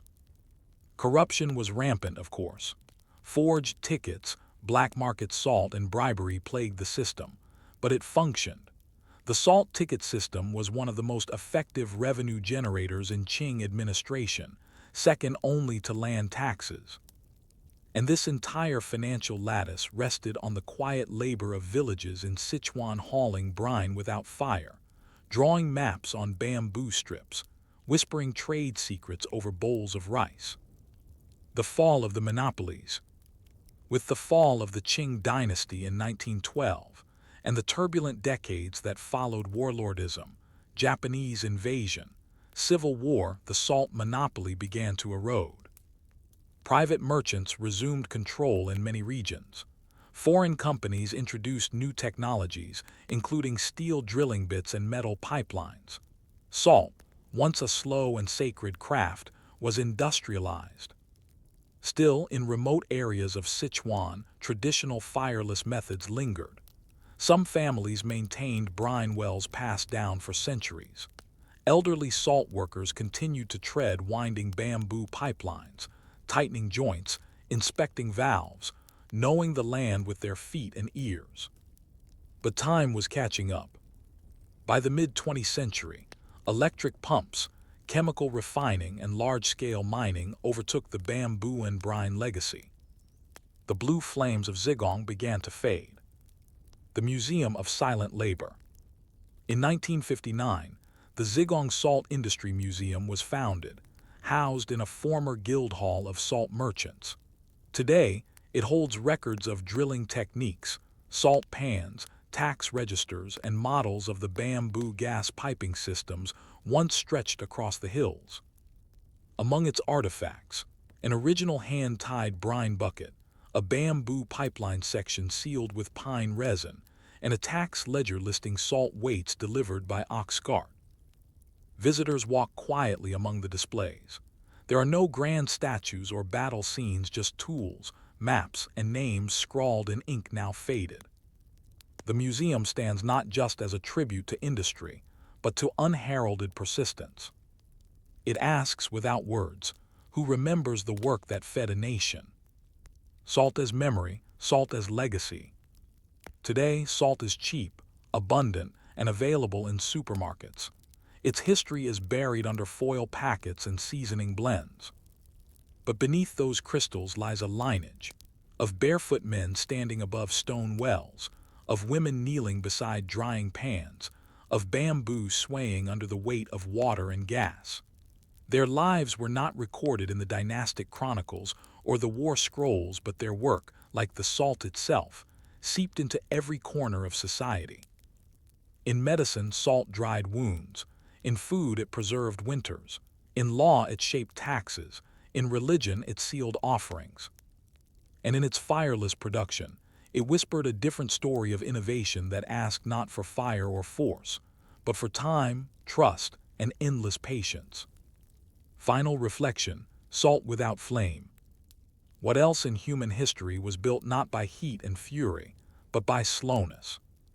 What legacies have we overlooked because they made no smoke? And what would we discover if we turned our eyes not to the rising flames of empire, but to the quiet, dripping wells beneath? Before computers, before ledgers, before double entry bookkeeping, there was the tally stick. A thin piece of wood, notched with deliberate cuts, split lengthwise to form two identical halves. To the modern eye, it looks crude, perhaps even primitive. But for hundreds of years in medieval England, the tally stick was the backbone of finance, tax collection, and government accountability. It was a simple solution to a complex problem. How do you record transactions in a society where few can read, few can write, and yet debts must be tracked, taxes collected, and kings paid? This is the story of the tally stick not just as a tool, but as an idea, one that sustained an empire with no flame, no ink, and no forgery. The problem of record-keeping in a semi-literate world. In post-conquest England, from the late 11th century onward, the administrative machinery of the crown began to expand. Kings needed revenue to fund wars, build castles, and pay officials, but most of their subjects' sheriffs, reeves, stewards could neither read nor write. Paper was rare, parchment expensive, ink fragile. So instead they used wood. A long piece of hazelwood or willow about the length of a man's forearm was shaved smooth, and then notched with incisions that represented a numerical value. The size, angle, and placement of the cuts indicated different sums. A long cut might stand for 100 pounds, a short one for 1 pound, a fine notch for pennies. After the value was cut into the stick, the wood was split down the middle lengthwise. The result was two perfectly matching halves. The stock retained by the exchequer, the central treasury. The foil given to the taxpayer or payee. Each half showed the exact same notches. Neither side could be forged without detection. And so, a system of trust was born out of firewood. The exchequer and the fiscal machine. The Exchequer of England, established under Henry I in the early 12th century, was more than just a treasury. It was a physical room, a practice, and a rhythm. Twice a year, sheriffs and royal officials gathered at Westminster to account for the revenues of their counties. The name Exchequer comes from the checkered cloth spread over a large table, which resembled a chessboard. Officials moved counters across this grid to calculate sums, matching receipts with expectations. At the heart of this process were the tally sticks. When a sheriff paid a tax quota, say, 40 pounds from Lincolnshire, he received a foil with the appropriate notches. The stock was kept in the Exchequer's archives. If in 6 months the sheriff claimed he had already paid, he would present his foil. Officials would match it to the stock. If the notches and grain aligned perfectly, the transaction was verified. No signature, no ink, just splinters of trust. The art of notching and preventing fraud. Not all tally sticks were equal. A trained tally cutter knew how to shape the wood, measure precise angles, and apply pressure just enough to split without shattering. Standard notching included a broad notch for 1,000 pounds, a notch the width of a thumb for 100, a notch the width of a little finger for a shilling, a hairline notch for a penny. The spacing of the notches mattered. So did the grain of the wood used like a fingerprint to verify matching halves. Splitting the stick created a jagged, fibrous interior unique to each pairing. Any attempt to forge or replicate would result in mismatched splinters. Clerks maintained logs recording the number of tally pairs issued per year. These logs, while sometimes inconsistent, reveal that hundreds of thousands of tallies moved through the English bureaucracy annually by the 13th century. Tally sticks weren't a marginal practice. They were the core of financial governance. Tally sticks in daily life. Tally sticks weren't limited to government use. Landlords used them to track rent payments. Merchants used them to record debts between partners or clients. Churches used them to track tithes. Peasants used them for barter, labor dues, and market exchanges. A blacksmith, for example, might issue a tally for a plow he lent to a neighbor. They would split the stick. When the neighbor returned the item or paid for it, the two halves would be reunited.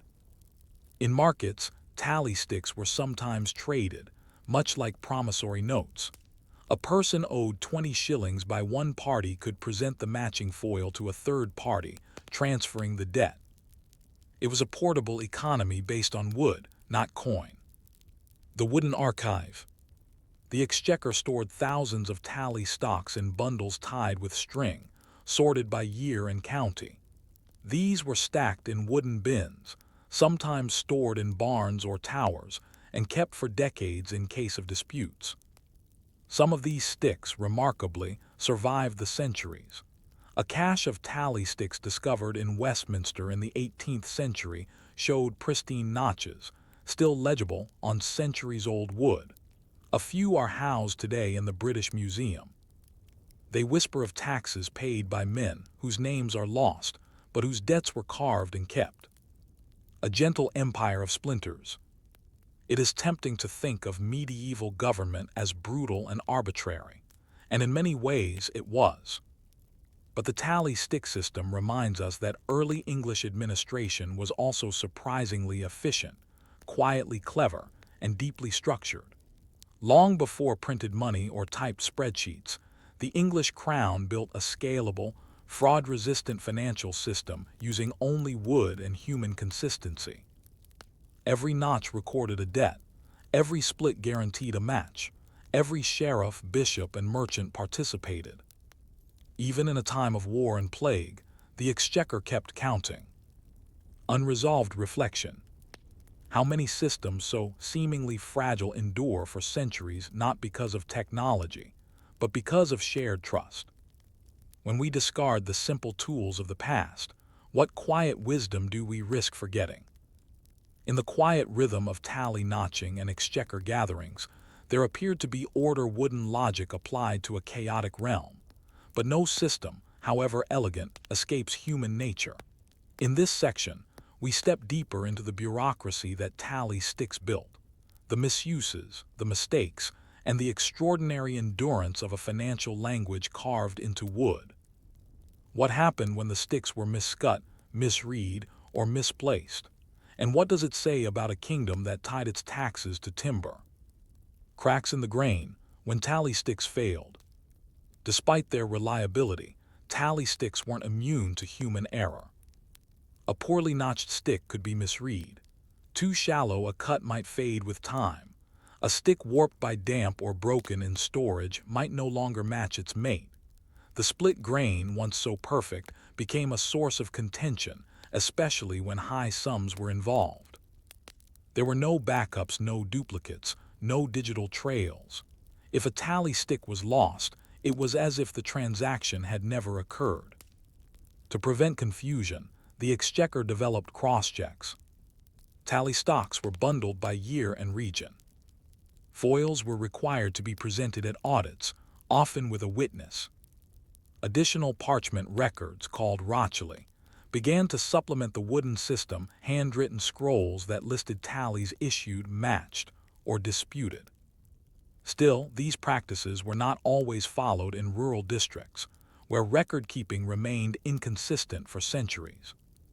Fraud and the limits of the split stick. Though designed to prevent fraud, the tally system was not foolproof. Creative manipulation appeared early and often. A complicit tally cutter might make a duplicate foil before splitting the stick, giving two different people what appeared to be matching proof of payment. Some local officials tampered with existing notches, scraping, deepening, or adding tiny cuts to alter the amount owed or claimed. A particularly clever scheme in the early 14th century involved trimming down stock pieces so they appeared to match a forged foil. The fraud was discovered when the sticks were too short to fit standard bins. Such acts, while rare, led to the creation of the office of Clerk of Tallies, who was tasked not just with issuing sticks, but verifying their physical authenticity. The Crown's reliance on wooden accounting had, ironically, made wood a target for corruption. Tallies in the common purse. By the 13th century, the tally stick system had expanded beyond tax collection and into state borrowing. In times of war or famine, the crown borrowed money from wealthy merchants, issuing tally sticks in return.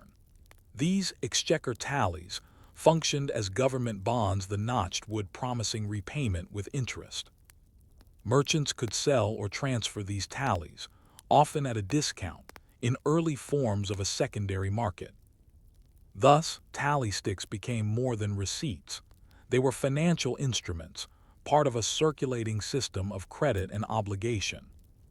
Some sticks changed hands a dozen times before being presented for redemption, and every time their grain, their cuts, their shape had to remain legible, intact, verifiable. They were, in essence, medieval bearer bonds except made of wood. The tally stick's quiet role in empire. In distant parts of the realm, Cornwall, Yorkshire, Northumberland, tally sticks played a critical role in connecting the crown to its periphery. Royal officials collected taxes from dozens of small manors, each issuing sticks for payments of hay, grain, wool, or coin. These sticks made their way to the exchequer in vast sacks, often accompanied by guards. Without paper, without centralized books, the sticks formed a decentralized archive, a mobile bureaucracy held together by notches and cuts. Even the Doomsday Book, England's Great Land Survey of 1086, made indirect reference to tally-like records in early tax estimates. Landholders were tracked not just by parchment, but by pattern. It was not a romantic system. It was slow, physical, and prone to splinters, but it worked. And in working, it built the fiscal bedrock of English governance. The language of the notch. Tally sticks even developed their own legal and cultural vocabulary. To strike a tally was to record a deal. To clear the tally meant a debt was settled. A short tally was evidence of fraud or evasion. In Shakespeare's Henry IV, Falstaff jokes about his purse being lighter than a broken tally. By the 15th century, even as literacy rose and paper became cheaper, the tally metaphor endured. Merchants and magistrates used it as shorthand for legitimacy. In an era where seals could be faked and parchment altered, a matching piece of wood still carried unique authority. The storage crisis and a growing problem. As the exchequer's records grew, so too did the physical stockpile of tally sticks. Thousands of bundles were stored in attics, towers, and undercrofts. By the 17th century, the tally archive had become a fire hazard. Still, the crown resisted disposing of them both from legal necessity and sheer inertia. Some tallies were centuries old, their notches faded but still technically valid. Parliamentarians worried that destroying them might erase debt histories or violate old contracts. It was a bureaucracy caught in its own grain, unable to move forward without risking the past. And that resistance would have consequences far beyond accounting. Unfinished business, unburned wood. In the next section, we'll reach the infamous end of the tally stick system, not with quiet discontinuation, but with a literal firestorm that nearly consumed the heart of government. But before we go there, ask yourself, what happens when the tools of accountability become too fragile to store, but too important to destroy? And how does a kingdom, built on wood, reckon with its own kindling? By the dawn of the 19th century, England had changed in every conceivable way. Empires had risen, monarchs had fallen, and industry was reshaping cities and commerce. But deep in the recesses of Westminster, in the ancient heart of the English treasury, there still remained boxes, crates, in fact filled with old wooden tally sticks. They had outlived the kings who ordered them, the tacksmen who cut them, and even the accountants who last knew how to read them. Their presence was no longer a necessity but a problem. The tally stick system was obsolete, and in 1834, in one final and catastrophic act, this quiet accounting tool so simple, so effective became the unexpected cause of a disaster that destroyed centuries of English legal memory. This is the story of how a piece of fireless history met its end in fire. The end of the wooden record. The tally stick system had formally ceased decades earlier. In 1782, the British Parliament, in its ongoing modernization efforts, abolished the use of tally sticks as official accounting tools. Paper, ledgers, and ink had finally become widespread, reliable, and affordable. The ancient system of notched wood, though beloved by traditionalists, was now viewed as clumsy, inefficient, and backward. But there was one issue. What should be done with the old sticks? They had accumulated in massive quantities in the basements and storage areas of the Houses of Parliament. Many were centuries old, some still legally binding, others irrelevant, but all kept out of a bureaucratic hesitation to destroy official records without full consensus. Eventually, someone made the decision. The old tally sticks would be burned. And not ceremonially, not in some respectful closing ritual. No, they were to be used as firewood. The clerks, now paper ledger men with little patience for kindling, handed the sticks off to the maintenance staff of the Palace of Westminster. October 16, 1834, a day of fire. That morning, a small fire was started in 2 coal furnaces beneath the House of Lords. The purpose was to burn the tally sticks in batches. They were dry, oily with age, and very flammable. It should have been simple.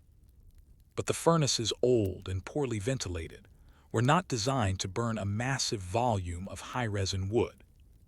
The fire intensified beyond control. Within hours, flames crept through the heating ducts and flooring. Smoke billowed up through the medieval stone corridors. Before the afternoon faded, the entire Palace of Westminster was engulfed. The House of Commons and the House of Lords, along with centuries of parliamentary records, acts, and archives, were consumed. The fire was so bright it illuminated the Thames. Crowds gathered along the riverbanks to watch Parliament burn. The fire that erased a system. In what was perhaps the greatest irony in the history of bureaucracy, the very system that had preserved England's finances through civil wars, dynastic crises, and peasant revolts met its end not in legislative repeal, but in poor fire safety. Among the losses, records of acts dating back to Edward I, archives of property rights and borough privileges, hundreds of bound ledgers, maps, and royal decrees. Though some critical records were stored off-site and survived, the fire marked a turning point. The destruction prompted a long-overdue reform of record-keeping, leading to the foundation of what would become the Public Record Office. In essence, from the ashes of the tally stick system arose modern archival science. But the physical evidence, the tactile notches, the feel of grain, the matchsticks of memory were gone. The legacy of the tally. Though tally sticks ceased as legal instruments, their legacy continued in strange echoes. The phrase stock and bond derives from the tally system. The stock was the retained part of the stick, the origin of the term stockholder. The word tally itself still means to match records or keep score. Wooden accounting sticks were used in parts of continental Europe until the 19th century, inspired by the English model.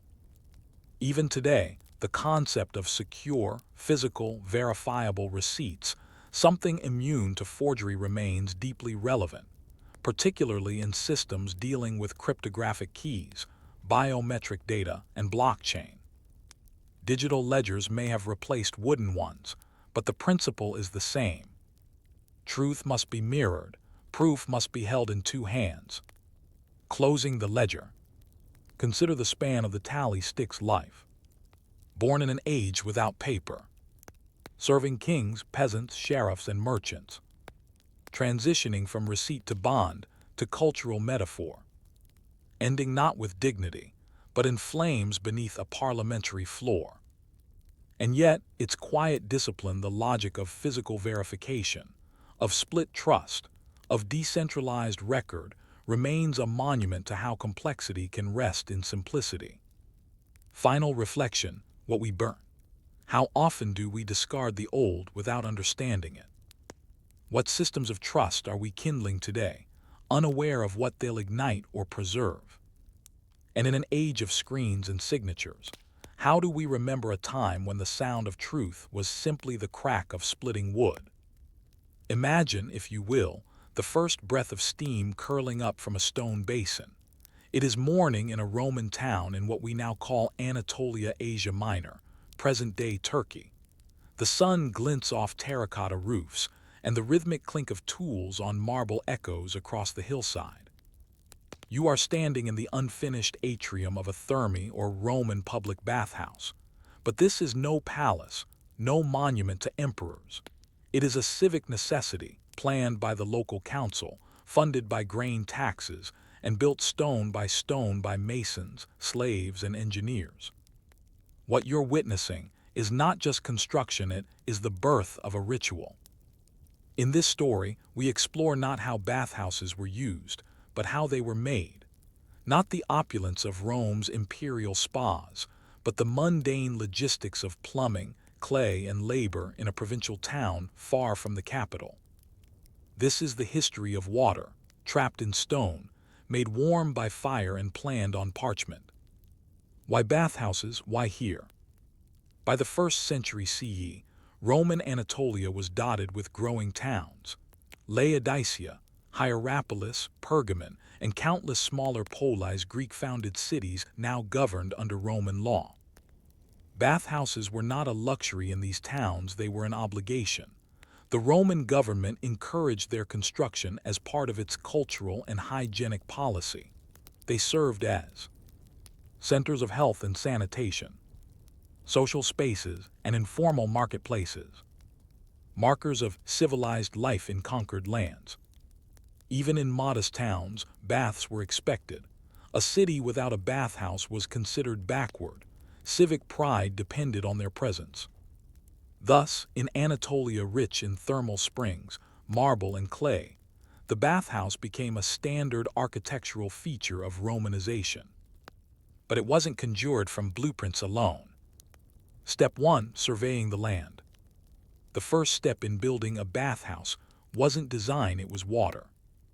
Local engineers, often trained in military camps or apprenticed to state surveyors, would identify nearby springs, aqueduct lines, or subterranean cisterns. They carried instruments like the chorobates, a wooden leveling tool with a plumb line, and a simple dioptra, a precursor to the theodolite. The site had to meet 3 criteria: access to water sufficient for multiple pools and basins, solar exposure especially for the caldarium hot room, proximity to firewood and fuel, since baths required constant heat. In some towns, thermal springs dictated the bathhouse's location. In others, elaborate piping was needed to divert cold water uphill using terracotta siphons. Only after water logistics were settled would the city's council, known as the Boule, approve construction. This might take years. Step 2. Funding the steam. Bathhouses were expensive.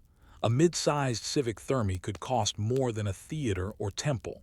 Funding came from a combination of local taxes, private donors, euergetes, seeking honor and public gratitude, imperial grants in strategically important cities. Donors were often commemorated with inscriptions carved into the lintel or entrance arch. These stone dedications included their full name, office held, and some donated an eternal advertisement of civic virtue. In smaller towns, the entire bathhouse might be funded by a single wealthy merchant in exchange for tax exemptions and a statue in the vestibule. But money alone wasn't enough. The build required something harder to source: skilled labor. Step 3. Workforce and material supply. Construction was overseen by a fabri tignara, chief builder, often a former soldier or freedman with engineering experience.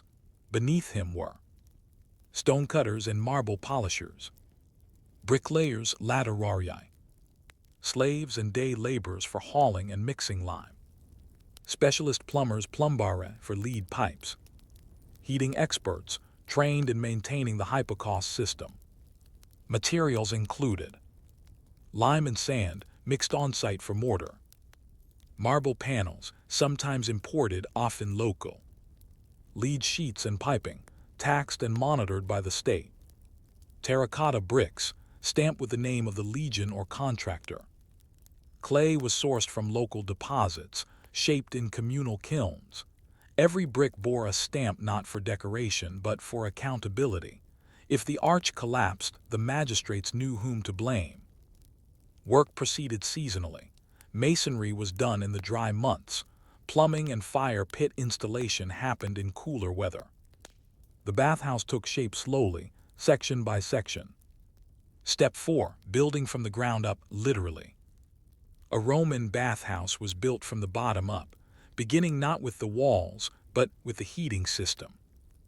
Hypocaust foundations, a raised floor of stone or concrete piers, sometimes only a foot high, allowed hot air to circulate beneath the caldarium. Special bricks called pili formed the pillars, evenly spaced and sealed with clay.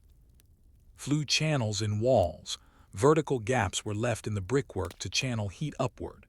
These were later covered with plaster or decorative tiles.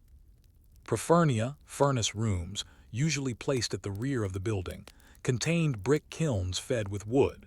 Slaves stoked these fires around the clock. Each fire heated water tanks or channeled hot air through the hypocaust system. Only once the heating was complete did masons begin the walls, vaults, and dome. And only after that, often a year or more into construction, was plumbing installed. Step 5. Pipes, pools, and quiet flow. Water was routed through lead or terracotta pipes, depending on budget. Cold water came directly from cisterns or aqueducts. Warm water was heated in bronze cauldrons, often reused military equipment. Wastewater exited via underground clay channels, filtered through gravel beds. Basins were lined with hydraulic plaster, a mix of lime, volcanic ash, or powdered brick, and sand. This blend resisted water seepage and could last for decades. Floors were laid with mosaics, not primarily for beauty, but for traction. The small tesserae provided a rough surface that helped prevent slipping. Ceilings were domed or vaulted to manage condensation. Drainage gutters along the edge collected steam moisture and carried it away. Even the acoustics were considered. Walls were often built with hollows or niches to dampen echo, creating a muffled, serene environment that encouraged quiet conversation. It wasn't just a bathhouse, it was a machine for stillness. A breath before the water flows. At last, after months or years, the baths neared completion.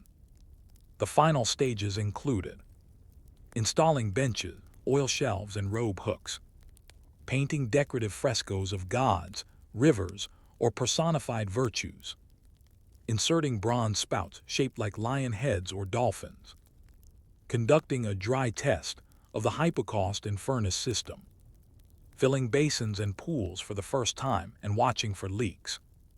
There was often a formal opening ceremony, with music, speeches, and feasting. Children might be allowed to splash in the warm pools before the crowds came. Priests made offerings to Aesculapius, the god of healing, or local river deities. And then silence.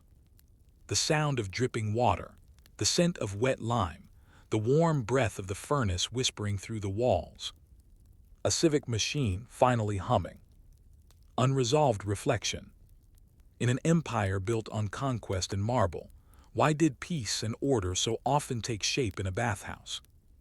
And in the construction of calm, whose labor disappears beneath the steam. Once the steam began to rise and the water flowed, the Roman bathhouse entered its second life not as a construction site, but as a living organism. It breathed heat, absorbed bodies, and pulsed with the daily rhythm of civic life. But beneath its marble surfaces and perfumed oils lay a world of quiet maintenance, ceaseless tending, and unnoticed hands. In this section, we go behind the scenes, not into the bathers' routines, but into the infrastructure that kept the bathhouse running. The fires, the filth, the hidden laborers who made warmth possible, and the civic mechanisms that governed it all. a day in the life of a bathhouse, from behind the walls. Before the sun rose, the first workers were already awake. Furnace slaves, often working in shifts, stoked the embers of the Profernia. Water handlers checked the level of cisterns and rerouted valves. Cleaners swept leaves from the portico, scrubbed benches, and wiped condensation from mosaic floors. Salt gatherers scraped mineral buildup from the edges of basins, careful not to damage the plaster lining. By the time the first visitors arrived, merchants, retired soldiers, or traveling magistrates, the bathhouse had already been active for hours. The building operated not just on water and heat, but on habitual labor. The goal was invisibility. A functioning bathhouse was quiet, seamless, uneventful. The hypocaust, a furnace with no room for error. The hypocaust system, central to any Roman bath, was deceptively fragile. Underneath the raised floors of the hot rooms, hot air circulated, continuously pushed by fire and managed by flow. If the fire burned too hot, floors cracked or warped. If it burned too low, condensation pooled, leading to mold and rot. If ash built up in the flue channels, airflow slowed, and the fires backdrafted into the furnace rooms. Each day, workers had to rake ash from beneath the floors through narrow vents, check the flue bricks along the walls for blockages, replace cracked tiles before the heat warped the rest of the structure. These men worked in suffocating heat, often stripped to the waist, covered in soot and ash. The position of furnace operator was often held by enslaved people with deep knowledge of airflow and fire behavior, but no formal recognition. Without them, the marble above would be cold. Plumbing leaks in lime. Water, unlike fire, refused to be tamed. Roman engineers had mastered lead piping and gradient-fed plumbing, but Anatolia's mineral-rich water created constant issues. Limescale, invisible at first, would slowly choke the pipes. Spouts would narrow, valves jammed, drainage slowed to a trickle. Maintenance required. Disassembling pipes, often embedded in walls or floors. Boiling vinegar or urine through the pipes to break up mineral buildup. Manually scraping the interiors with bronze rods wrapped in wool. Some bathhouses kept full-time plumbers, whose job was not to install new systems, but to maintain the old, always on the edge of crisis. And yet, we know almost none of their names. Sanitation and waste management. Roman baths were places of cleansing, but they generated enormous waste. Used water, often mixed with sweat, oil, and dirt, had to be drained through underground channels. These sewers emptied into rivers, fields, or large cesspits. Weekly or monthly, slaves would descend into these pits to shovel out the sludge, drying it into waste bricks or discarding it along designated waste routes. In cities like Hierapolis or Sagalassos, where natural hot springs powered the baths, mineral-heavy runoff left crusts of salt and calcium carbonate, requiring tools to chip away the buildup before it damaged masonry. Smells were managed with incense, myrrh, or juniper smoke, sometimes burned discreetly in wall niches. Still, every bathhouse had its own scent, distinct and inescapable. Bathhouse hierarchies and staff roles. Though the bathhouse was open to all citizens, the structure behind it was rigid. The Balneator oversaw general operation. He managed staff schedules, firewood inventory, and repairs. The Capsarius ran the changing room, guarding clothes in exchange for a tip or fee. The unctors sold and applied oil, sometimes trained masseurs, sometimes hustlers. The pulsors performed rudimentary therapy by slapping and kneading muscles.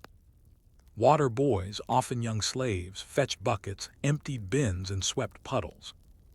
All were paid or fed out of a municipal bath fund, managed by the town's aediles or civic officers. Some funds came from bath fees, others from temple donations or fines collected for civic infractions. Bathhouse economics, though rarely recorded, reflected the wider workings of Roman urban life: hierarchical, negotiated, informal. Tools of the trade. Excavations in Anatolian bathhouses have revealed the quiet artifacts of operation. Strigil's curved bronze scrapers for removing oil and sweat. Lead testing rods used by plumbers to check pipe diameter. Fire pokers and ash scrapers from the furnace rooms. Miniature oil jars, often found behind walls likely used by workers. Inscriptions, when found, are sparse. A scratched mark reading Servius Heater was found near a furnace in Laodicea. It may be the only surviving trace of that worker's life. His job was not to bathe, but to warm the bather's skin. Seasonal adjustments and weathering. In winter, bathhouses faced new pressures. More firewood was needed stockpiled in large wooden sheds behind the furnace walls. Humidity spiked, leading to more condensation, mold, and slippery floors. Roof tiles cracked under snow, downspouts clogged with ice. Attendance increased, putting greater strain on plumbing and drainage. Each season required adjustments to heating cycles, often made intuitively by workers who knew the building's quirks better than any blueprint could. Like a ship at sea, the bathhouse required constant course correction. Whispers beyond the steam. In the hot rooms, bathers relaxed, chatted, and debated politics. But behind the walls, another world murmured of quiet crises, patched valves, fire-stoked whispers, and half-slept shifts. It was a labor of invisible constancy. And though few bathers noticed, their comfort came at the cost of hours of soot, sweat, and scrubbing, carefully timed to avoid ever disturbing the illusion of serenity. Unresolved reflection. When we walk through ruins and admire mosaics, do we ask who lit the furnace? Who crawled beneath the floor to keep the water warm? And in the systems we build today, who keeps the flow going out of sight, out of thanks? The bathhouse stands. Its marble is warm, its floors polished by bare feet, its walls sweating with perfumed condensation. Fires still glow under the hypocaust. Water still trickles in gentle rhythm. But this is a borrowed piece. By the 3rd and 4th centuries CE, the great Roman system, roads, taxes, civic projects had begun to strain under its own weight. Anatolia, once a showcase of provincial wealth, felt these tremors deeply. And the bathhouse, like the empire that built it, began to break. This final section explores the slow decline of Anatolian bathhouses, how they cracked, adapted, were looted, reused, and eventually buried, and how, beneath layers of earth and time, they continued to whisper the routines of warmth and water. The first signs, silence and shortage. By the mid-3rd century, a bathhouse's greatest enemy was no longer time, it was cost. The crisis of the Roman economy, worsened by inflation, civil wars, and invasions, made firewood and labor prohibitively expensive. In many Anatolian towns, the bathhouse remained, but its hot rooms were closed. The caldarium sat cold. The furnace, once roaring, was locked. Citizens continued to use the frigidarium and tepidarium, the cold and lukewarm areas. Bathing continued, but the ritual of heat faded. Architects attempted modifications. Smaller furnaces, limiting opening hours, repurposing hot rooms into storerooms or council chambers. But these were patches, not solutions. The system had always been all or nothing.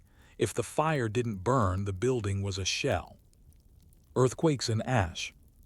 Anatolia sits on a fault line. Earthquakes, already a known threat, grew in destructiveness as maintenance budgets shrank. In cities like Ephesus and Laodicea, bathhouses cracked open, vaulted ceilings collapsed, pools filled with debris. Without immediate repairs, mineral-rich water pooled in the foundations, accelerating rot.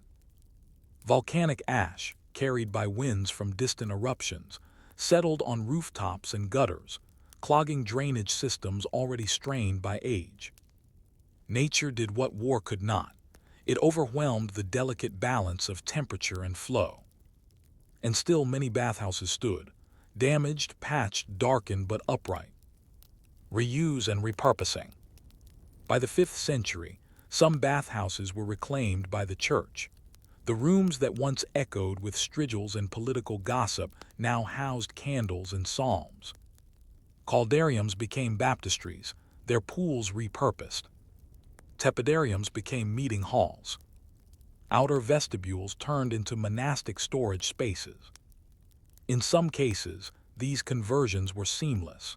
In others, they were haphazard, performed by desperate communities trying to use the last intact structures for protection, ritual, or survival.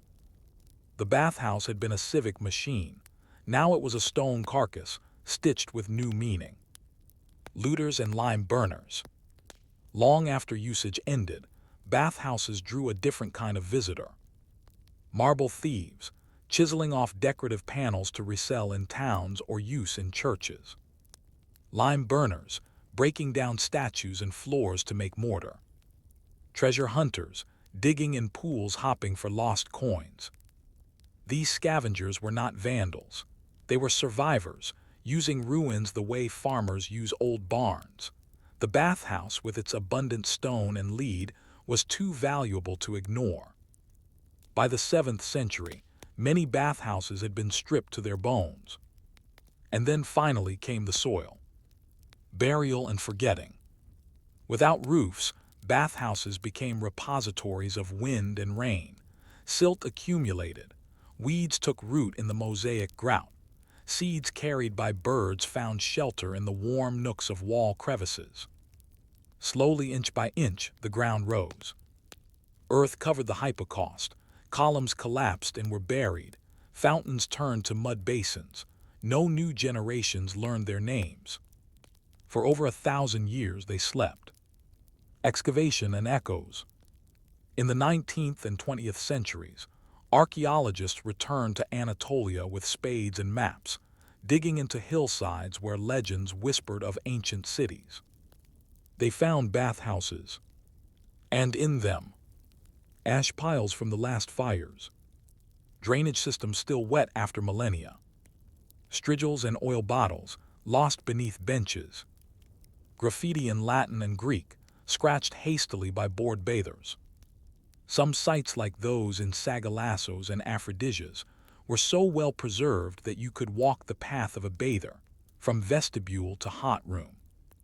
And in those silent ruins, surrounded by hills, with the wind whispering through empty flues, you could almost hear the water again. The bathhouse as idea. Today, the bathhouse is often remembered as a place of indulgence, of Roman decadence. But in Anatolia, it was something quieter. A place of predictable ritual. A technology of cleanliness. A communal investment in order. It embodied quiet resilience not built for drama, but for routine. Not carved for glory, but for civic stillness. And perhaps that is its final lesson. Final reflection. What remains of our warmest rituals when the fires go out? When ruins speak, do we listen only for triumph or for the calm, the clean, the daily that once held it all together? Imagine standing on the banks of the Nile at dawn. The river, quiet for months, has begun to swell. Muddy waters creep over dry floodplains, dragging reeds and sediment. There are no alarms, no dams, no engineering marvels, just observation, memory, and the quiet authority of men with reed pens and papyrus scrolls. Welcome to the world of the ancient Egyptian calendar keepers, the bureaucrats who measured time not in hours, but in floods. Before there were clocks, there were floods, and with them, the monumental responsibility of recording and predicting them. This is the story of how one of history's earliest bureaucracies tried to make order out of a river that refused to obey. The flood, lifeblood and chaos. Every year between late June and early October, the Nile rose.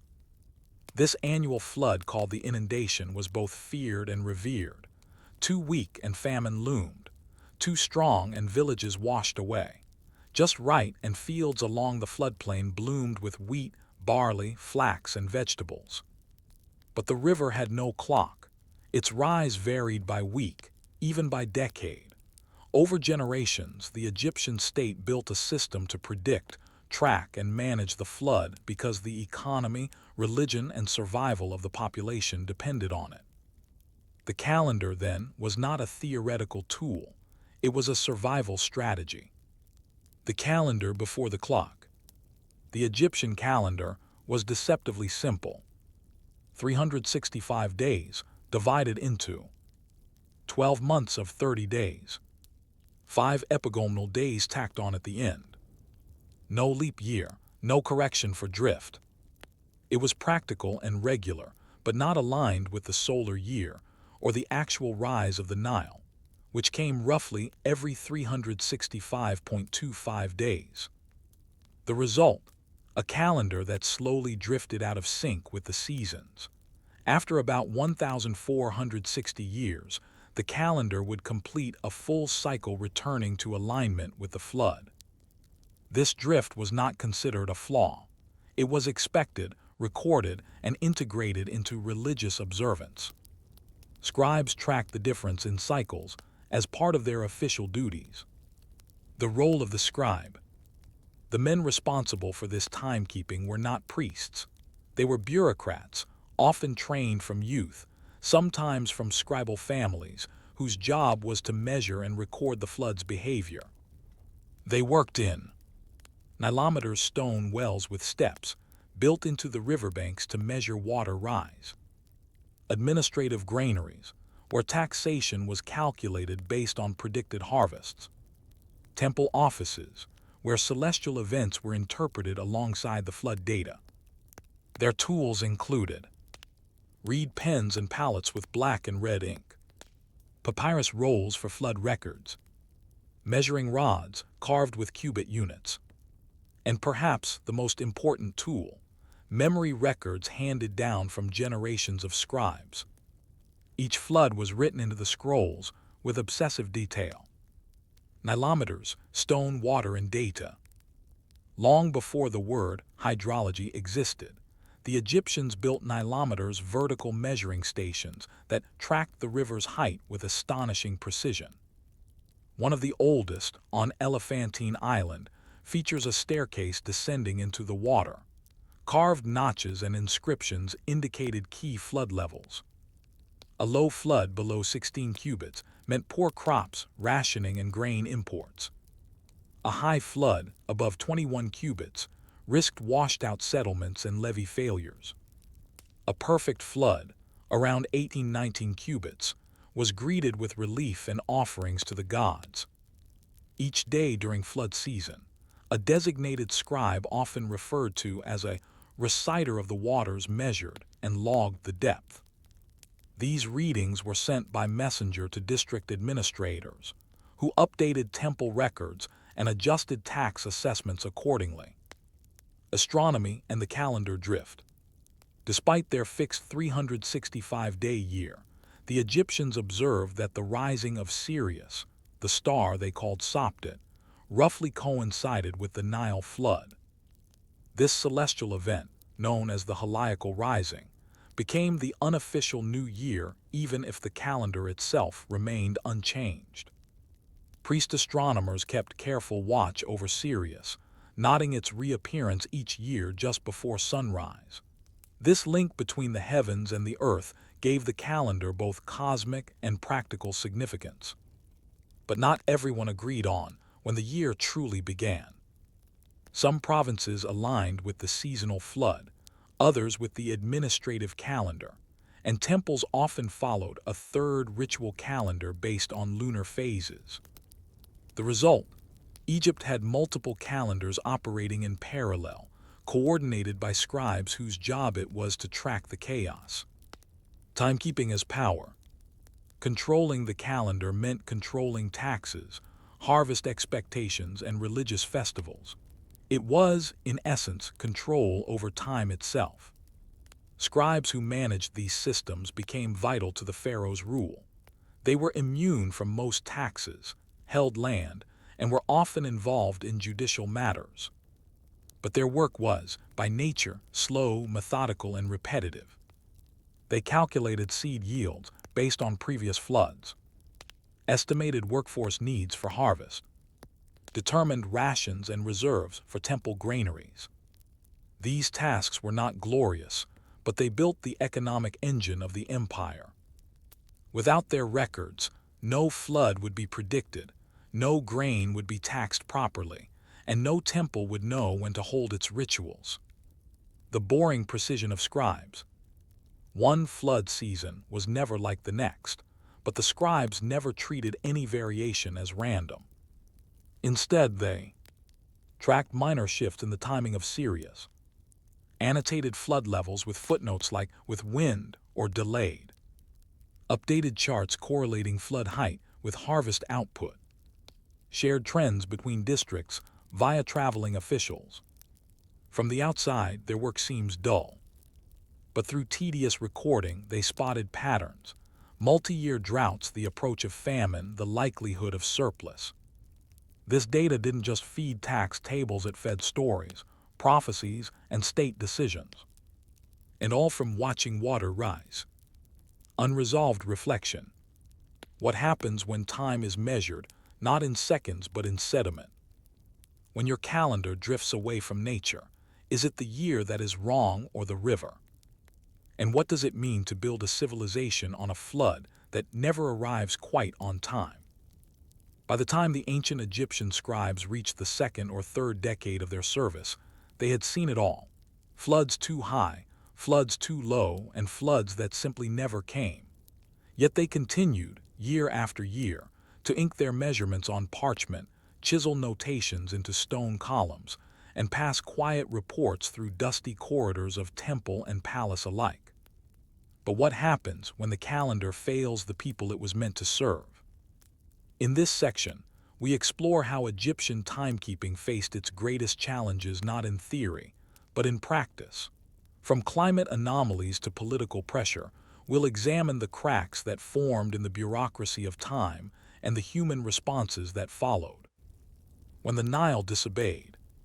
Despite their rituals and records, the scribes could never control the Nile, only predict it. In years when the flood was weak, water did not reach the upper fields. Canals dried, planting was delayed or abandoned altogether, crop yields plummeted. But taxes were still due. The bureaucracy, reliant on forecasts and quotas, was slow to adapt. Farmers unable to produce but still expected to pay fell into debt. Some mortgaged land, others mortgaged themselves or their children into temple service. Records from Middle Kingdom papyri and tomb inscriptions show long lists of arrears and defaults.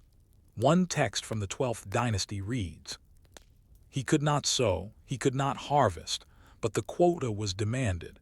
His grain was taken by the granary clerk." The scribe's role, once ceremonial and observational, now became fraught, an enforcer of quotas tied to celestial events that no longer aligned with earthly reality. Calendar drift and temple crisis. As mentioned in Section 1, the Egyptian calendar lacked a leap year, causing it to drift by one day every 4 years. At first, this was manageable, but over centuries, the misalignment became undeniable. Festivals for planting occurred weeks after the fields were already sown. Harvest rituals were celebrated with empty granaries. Even the Wepet Renpet, the symbolic opening of the year, no longer matched the actual rising of Sirius.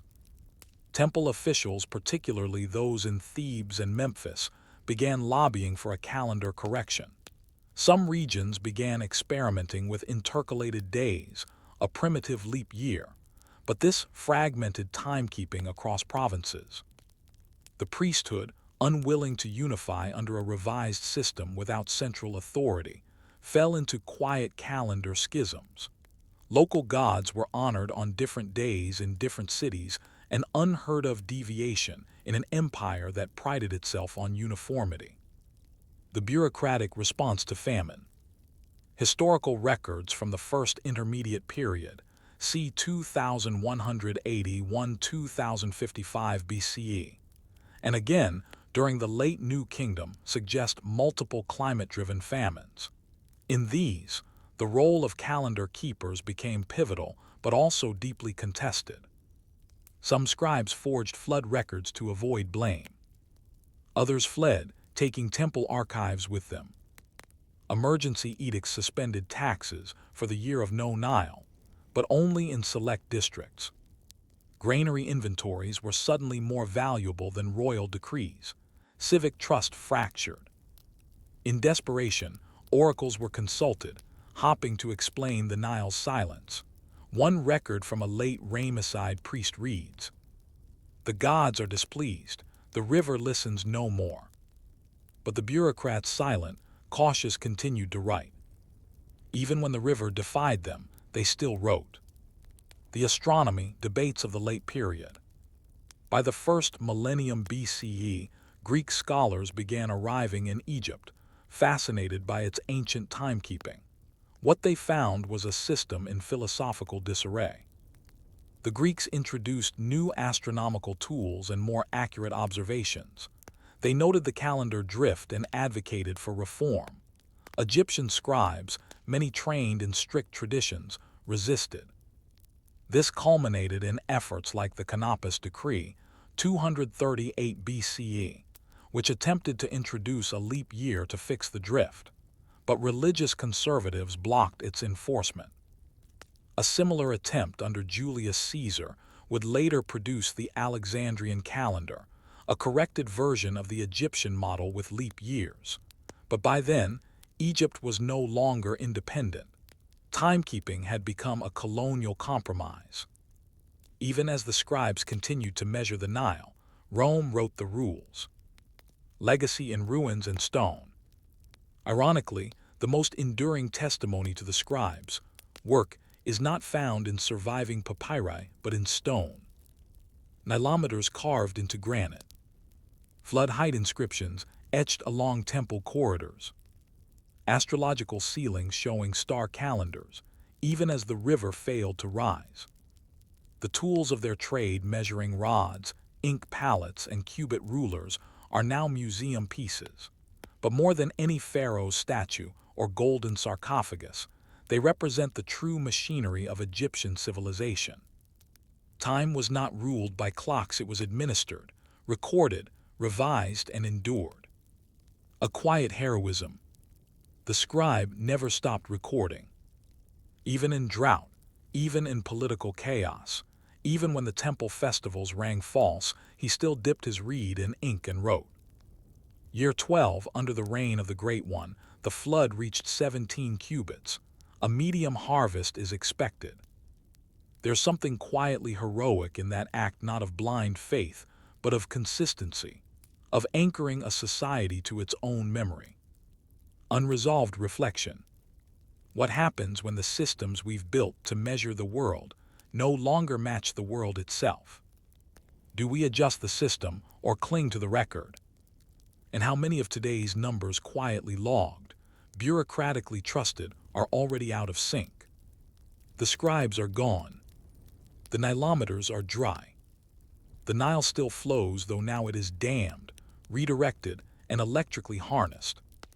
But the legacy of Egypt's flood-watching bureaucrats, those quiet keepers of calendars and grain, survives in ways you might not expect.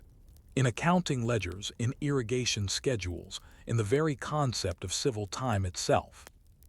This final section explores how their work outlived their temples, and how the principles of ancient Nile timekeeping continue to shape the way we measure, distribute, and record resources today. After the scribes, from temples to towns. As Roman influence grew in Egypt, the traditional priestly bureaucracies declined. Many temples, particularly in Upper Egypt, were gradually abandoned, and their records either lost or absorbed into newer administrative systems. But their methods endured. Roman and Byzantine administrators adopted the concept of seasonal assessment, dividing the year not just by celestial markers, but by environmental phases: flood, planting, harvest. In fact, the Coptic calendar, used by Egyptian Christians from the 3rd century CE onward, directly inherited its structure from the ancient system. 12 months of 30 days, 5 epagomenal days, a sixth added every 4 years, a belated adoption of the leap year. This calendar is still in use today for religious festivals, agricultural tracking, and liturgical traditions. The scribe's year never really ended, it was simply renamed. From water to numbers, the spread of bureaucratic time. While the scribes of Egypt recorded flood levels, their contemporaries in Mesopotamia tracked tax payments, and early Chinese officials logged harvest yields and solar cycles. What set Egypt apart was consistency across millennia. For over 3,000 years, Egyptian scribes kept flood records on papyrus, walls, and stele. The earliest date back to the First Dynasty, c. 3000 BCE, and the latest are found in temples active into the 3rd century CE. This long arc of consistency had ripple effects far beyond the Nile. Greek and Roman scholars adopted Egyptian observational astronomy. Islamic mathematicians, like al-Battani, refined calendar math using Egyptian-based structures.